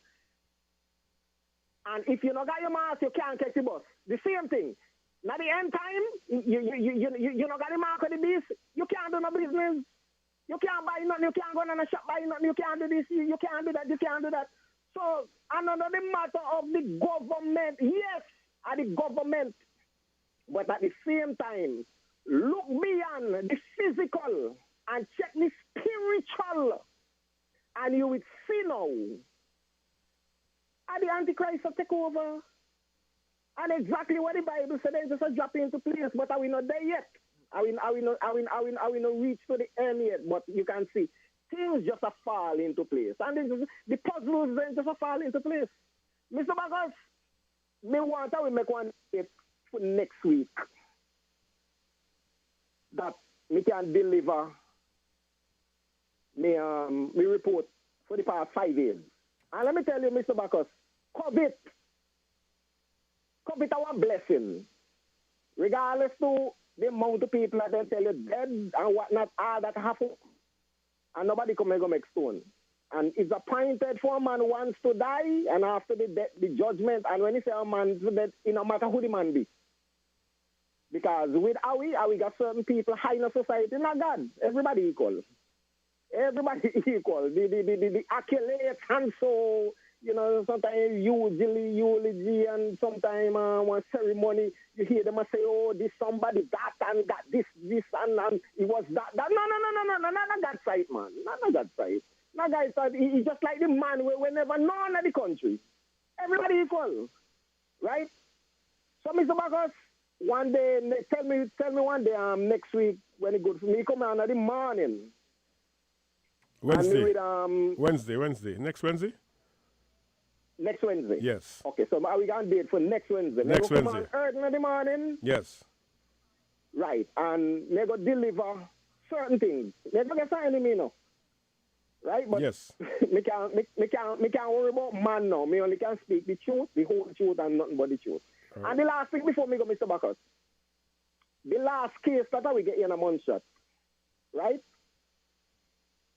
I cry down our medical team, but the truth about it, me not believe. That a mind strongly believes. I don't, the things, the matter of fact, when you my question, and I can't only give you proper answers. But, as me say again, because me know the scripture, and me know exactly what the end time supposed to be from the scriptures, but me not worry myself over him because me know at the matter of control and get you for subject for the things that them say and them want you to do. And let me tell you folks, do not look on the individual that are geared with the instructions. Look beyond the physical now and look on the spiritual. And then you will see now at the Antichrist at work. Mr. Backers, next week Wednesday. Next Wednesday, my brother. Thank you very much. All right, that's Mr. Montserrat there. He said he had some prophecies to make. And he was thinking about the Antichrist and the changing behaviors we're seeing now, the rules to wear masks, and probably commenting on the fact that you see mask men in the bank now, and if you don't have the mask in the bank, you could be asked to leave. There was a time if you went close to the bank with a mask, you know what would happen, right? And, of course, entering business places with masks, some with dark shades and masks, entering business places, transacting business. He's saying all these things, there are signs of a different time. Well, officials are saying, look, you need to wear that because you're clear and present danger to others if you don't, because you're not even sure if you have it. Sometimes you may have this thing and there's no sign you have it, so you could be causing harm without even realizing you're causing harm. So the mask, we're told by the officials, is that is for public health, public safety, and even probably your own safety, because you don't even know who you're dealing with. So interesting. Thank you for your comments, Mr. Montserrat. Let's go back to the phone lines. Hear from this caller. Call you on the air. You're in Voices. Good afternoon, Mr. Backus. Yes, sir. Good afternoon to you. How are you doing? Oh, I'm not too bad. I'm All right, here man. just relaxing because of the rain. Oh, it's a nice rain, isn't it? Yes, man, yeah. Thank God for the rain. Thank God for the rain, indeed. Just the other day, I was just about to give up on the animals then because nothing was there at all to the eat. Oh. And thank God that we get a little storm and some rain to come, and it's so good. You understand? Yeah, and what is to be will be. You understand? I hear that storm out there attacking very close to Barbados. And I just want to pray for this country, pray for the whole world, that this entire storm and this entire corona could ease up to the people in the world to get a break. Because it ain't, not because it ain't down here much in the Federation, I think it needs. It's attacking America, Europe, and all of those countries who up there. We know that we do business with them. And you know, the tourism season and everything, you know, shut down. And we got to just ask the Father that to help us and keep us and try to protect us and try to clear up everything, that everything could go good again. You know, that's only that we got to do. With all the negative and all the criticize and all these things, we got to try to aside, Mr. Backus, and just think about the Father, you know, to secure us. No, Mr. Backus, no, I believe that we live in a democratic country and we vote for government. Because the government look over the fears of this country. That's what we vote for. Whether a hurricane come, a pandemic come, a storm, whatever comes and destroy the country, government got to look into the ordinary man who get damaged, or whoever get damaged, whether the ordinary or not. Some people place insure and those things. Who could afford to pay insurance and insure the place, the insurance will deal with them with that. But you just remember some back, just a year or two back, when we had the hurricane come and destroy and do all kind of damage to the house of them and so, and in the Leeward Island and everything. You understand, Mr. Backus? Yes, and yes. Government got to look into it and go and fix people in St. Kitts. You understand? That is something good. Now we got this deadly corona, and I hear people saying that you used to see that the country closed down and no corona in St. Kitts and nothing that happening in St. Kitts. But Mr. Backus, you got some people just want things to happen. They want the government to do things and things happen and they make political game out of it. You understand? Now we in a situation that we can't gamble it. You understand? And even if we open up the borders, Mr. Backus, what's always going to come here? Nobody, who in America, who in England, the borders are open up. And who want to jump on any cruise ship to come here to in any part of the world, Mr. Backus, and the situation of this COVID now. We're going to do it. You understand? The borders got to keep closed gradually until whenever. If somebody out there, you know, somebody from the country want to come in, they come in because they're from here. You understand? But for the meantime, we got to keep the borders closed until whenever. We just can't open up our borders like that. Like before. It ain't usual now like before.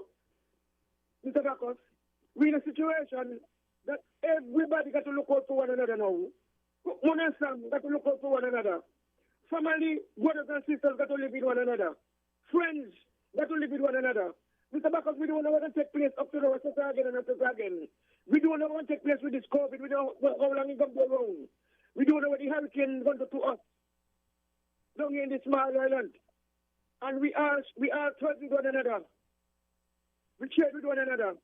And if a hurricane come and destroy whether Dominica, St. Lucia, America, whatever part of the world, we don't even feel it. We can't do nothing neither. We got less in agriculture. We don't do much in agriculture like before. You know, back in the 70s and the 80s coming up, you could have seen agriculture booming. And everybody knows the downfall of the agriculture in the Federation. That's why agriculture is booming. Because government was there for so much years and then do nothing towards to boom the agriculture in the Federation.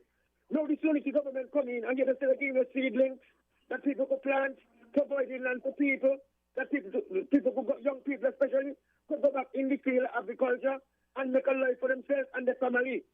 You understand? And that is what we got to work to right now.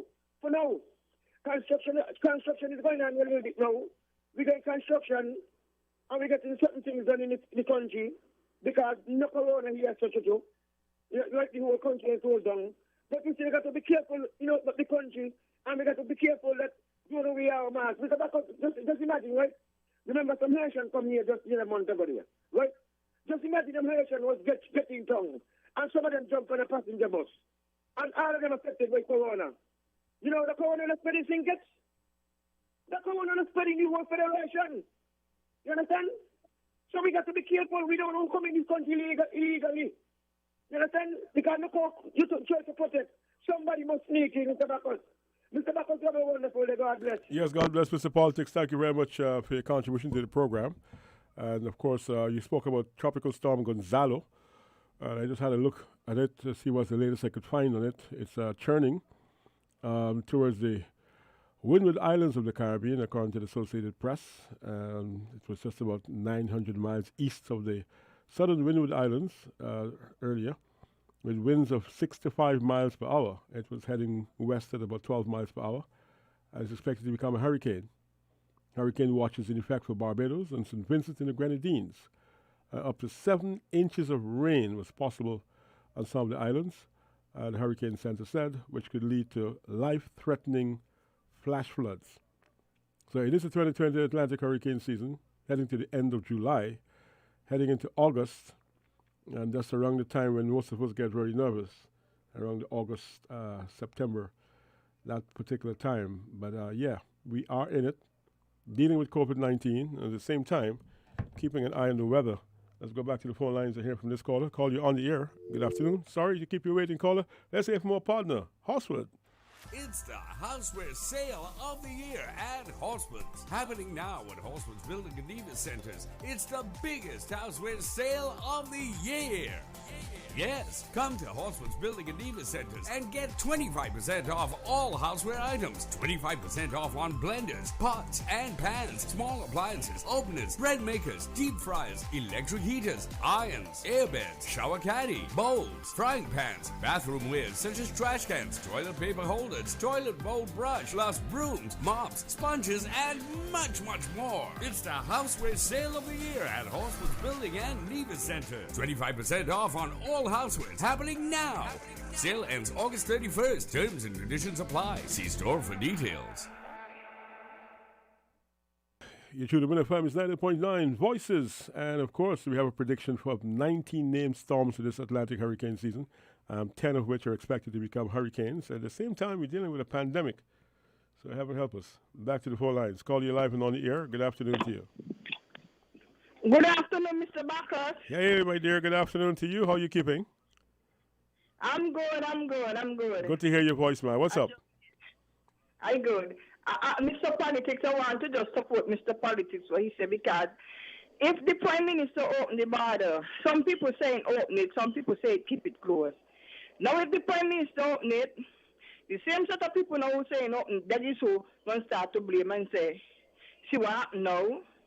The Prime Minister need to go step by step. You just don't open one time to the wall, so. Because this thing has to break loose in saying, because I don't know we're going to become a people. You do it step by step, one day at a time, until you get over it. People will get over this thing, but they just need to do what they have to do. And let me give you a joke.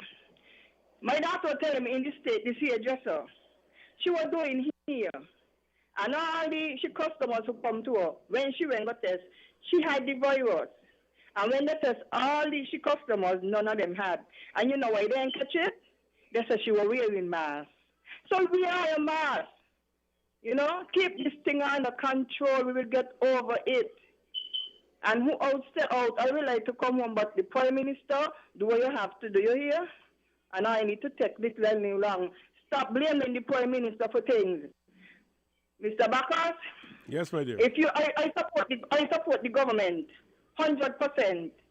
And if my government doing anything wrong, I will never blast them on the ear, call somebody in tools. If you're in the church and you're a Christian, the pastor won't come on the road and blast you and read you out the church on the ear in front of people. He call you two by two, and he say when he got to say, and read you out the church. Okay? So pastor won't come on the church and read out the members. They do it in secret and in tools. And good afternoon, Mr. Politics. Backing you 100%. All right. Thank you very much. Yes. Good afternoon. Yes, my dear. Good afternoon to you. Thank you for calling and thanks for sharing your views. I like that one there. The pastor don't call the radio station to read out the church. Well, let's see. All right. The time's now 20 minutes after 1 o'clock this afternoon. So we've got masks, we've got physical distancing, we got protocols to follow, and at the same time, you've got to look around to make sure you're doing what you can now to prepare for the hurricane season, all right? You've been warned, you've been told, you know, it's predicted to be a very active hurricane season. So do what you can. If you need help, well, reach out to those who can probably help you because the season is here and you never know. 2019's Atlantic hurricane season was So 2019 was bad. Forecasters are anticipating another active season. 2020 is here. The season officially starts June 1st and runs until November 30th. In that time, AccuWeather forecasters are predicting there will be 14 to 20 named storms, 7 to 11 of which will become hurricanes. 4 to 6 of those are predicted to become major hurricanes. It's going to be above normal season. We normally have 12 storms, 6 hurricanes, and roughly around 3 major hurricanes. All right, let's go to the phone lines. Call you live and on the air. Good afternoon to you. Yes, good afternoon. Hello. Yes, you're live. Go ahead. Okay, good afternoon. Good afternoon, man. And right now, the government doing a great job of controlling St. Kitts and Nevis. And a lot of people didn't understand that the government is preserving lives, making sure everybody healthy and nice for the next couple of years in life. So I don't really know what people going on with. And a lot of people that call in on your station, there's hypocrite amongst the citizens of St. Kitts and Nevis. They just want what they want, and they're playing politics with it because the party is not in power. You understand? And a lot of them wishing for hurricane to come just to destroy all road bay because it's a new road. Hey, watch here, Rasta. There's a lot of wicked intention in people, you know, just because of politics. You know, they want to go bad for the country. How you gonna want a hurricane come to mash up all road because new road fixing? It ain't gonna benefit me and you also. That's why if you listen a lot to Bob Marley, Peter Tosh and them coming up here. Bob Marley said we are the black survivors. Some people got everything, some people got nothing, some people got ways and mean hopes and dreams. We are the black survivors. Ain't we met the COVID here? So we just got to understand life. You check it out? So I don't really study wicked people because when I hear them talk, it just upset me. That's why they see me just listen and call something. But well, you know, the country running good, the government doing good as much as it can for our people, we citizens and St. Kitts and Nevis, and people just got to respect the energy. One love. Keep doing what you're doing, Mr. Bacchus. Yes, my brother. One love. I like that one there. Respect the energy. I got to write that down, man. Respect the energy. All right? I got it down here. I got to use the same phrase again at some point. Now, in the US of A, President Trump, the favorite president, your favorite president, President Trump, whether you love him or whether you don't love him, right? He's now saying he's going to send more federal troops to certain cities in the U.S. to quell violence. And it's getting a mixed reaction. But he's saying, look, there's going to be law and order in this place. I am the president. And now a governor is saying that the troops are basically escalating the tension and not easing the tension, you know? So? Responding to that report today, Chicago Mayor Lori Lightfoot said her city does not need federal agents without insignias taking people off the streets. We're joined now by Kate Brown. She is the governor of Oregon. She is joining us from Portland. Governor Brown, thanks so much for being with us. You heard President Trump in that tape spot saying that the reason the federal forces are in Portland are to restore order. And late this afternoon, DHS, the Department of Homeland Security, tweeted out that Portland is rife with violent anarchists assaulting federal officers and federal buildings. What's your response? Well, unfortunately, things were calming down when Trump's troops appeared on our streets. I was really clear when I spoke with the Secretary of Homeland Security last week. I asked them to leave and that their presence here was not needed. The challenge is their presence here is escalating an already challenging situation. Things were beginning to calm down. Then Trump's troops arrived, and it's simply like pouring gasoline on a fire. You tune to FM is 90.9, and there you had it coming there from the Oregon governor. Trump troops, she's calling federal agents Trump's troops. Well. It is Voices on FM 90.9, and this segment comes to you compliments Houseware. It's the Houseware Sale of the Year at Horseman's. Happening now at Horseman's Building and Nevis Centers. It's the biggest Houseware Sale of the Year. Yes, come to Horseman's Building and Nevis Centers and get 25% off all houseware items, 25% off on blenders, pots and pans, small appliances, openers, bread makers, deep fryers, electric heaters, irons, airbeds, shower caddy, bowls, frying pans, bathroom wares such as trash cans, toilet paper holders, toilet bowl brush, plus brooms, mops, sponges, and much, much more. It's the Houseware Sale of the Year at Horseman's Building and Nevis Center. 25% off on all housewares happening now.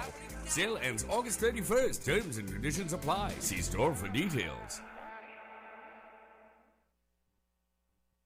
You tune in FM is 90.9. Earlier on, I was telling you about China, and I was comparing the numbers between China and Taiwan. Right, Taiwan has upward of 23 million people. Of course, China has 1.4 billion. That's a lot of people. 1.4 billion people. And we're looking at the cases, total cases of COVID-19 in Taiwan, 455. In China, 83,729 as well. So Taiwan has done very well to control the outbreak, and we heard from the ambassador today explaining how it was done. We take our final call for today. Before we wrap up today's edition of Voices, call here on the air, and good afternoon to you. Yeah, Mr. Backer. Yes, again. yes, Gregory. Go ahead, yes. please. Yes, those same guidelines that you read from the CDC, okay? I have seen them as well.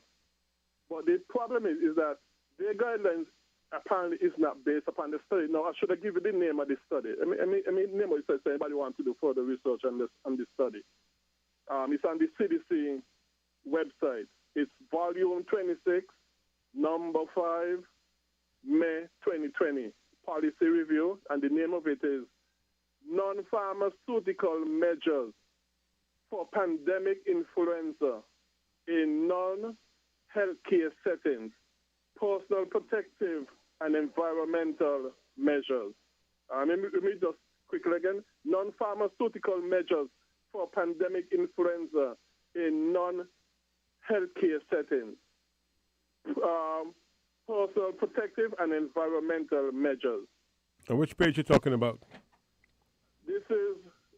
It's on the emerging infectious diseases page. Okay. So yes, the guideline probably said, because maybe they probably feel, hey, maybe it might be the safe way to go. So maybe that is why they probably had that guideline. But when you read the actual study itself, you're not reading this what the guidelines seem to imply. Concerning face masks and that sort of. Secondly, I would like to say quickly concerning to Mr. Politics and prophecy. When I read the Bible concerning prophecy, with all due respect, I find that a lot of what is being said concerning prophecy is not in line with the Bible. Because they do not take in the time measure when Jesus said, and for example, when the Revelation also said that these prophecies are going to be fulfilled. A lot of prophecies that here people are talking about are being fulfilled today were actually fulfilled in the 1st century. They were not put to there. And if you read, for example, Matthew chapter 26, he said those prophecies in Matthew chapter 26 what to fulfill in that generation, because Jesus Christ said this generation, meaning people referring to, will see these prophecies that he's speaking will be fulfilled. But a lot of people put them for today and in the future. So I do not subscribe to a lot of what is said in prophecies. I really don't subscribe to them.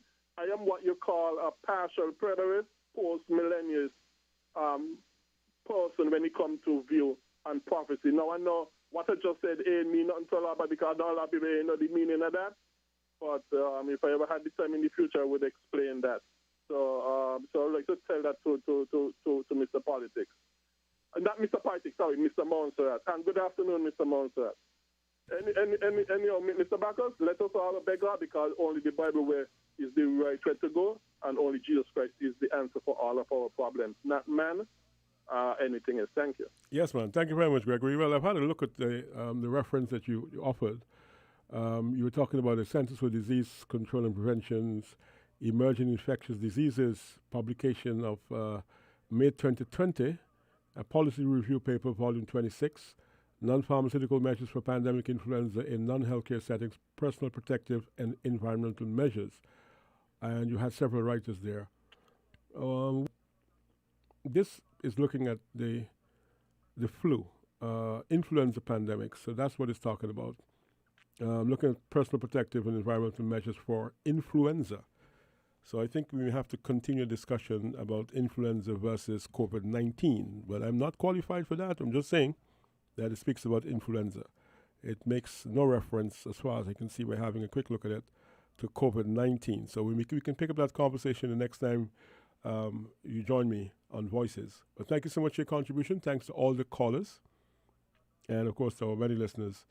And, of course, to our sponsor. I'd like to wish you all the very best indeed. I'm Clive Bacchus, wishing you and yours all the very best for today and always. It's the Houseware Sale of the Year at Horseman's. Happening now at Horseman's Building and Diva Centers. It's the biggest houseware sale of the year. Yes, come to Horseman's Building and Diva Centers and get 25% off all houseware items, 25% off on blenders, pots and pans, small appliances, openers, bread makers, deep fryers, electric heaters,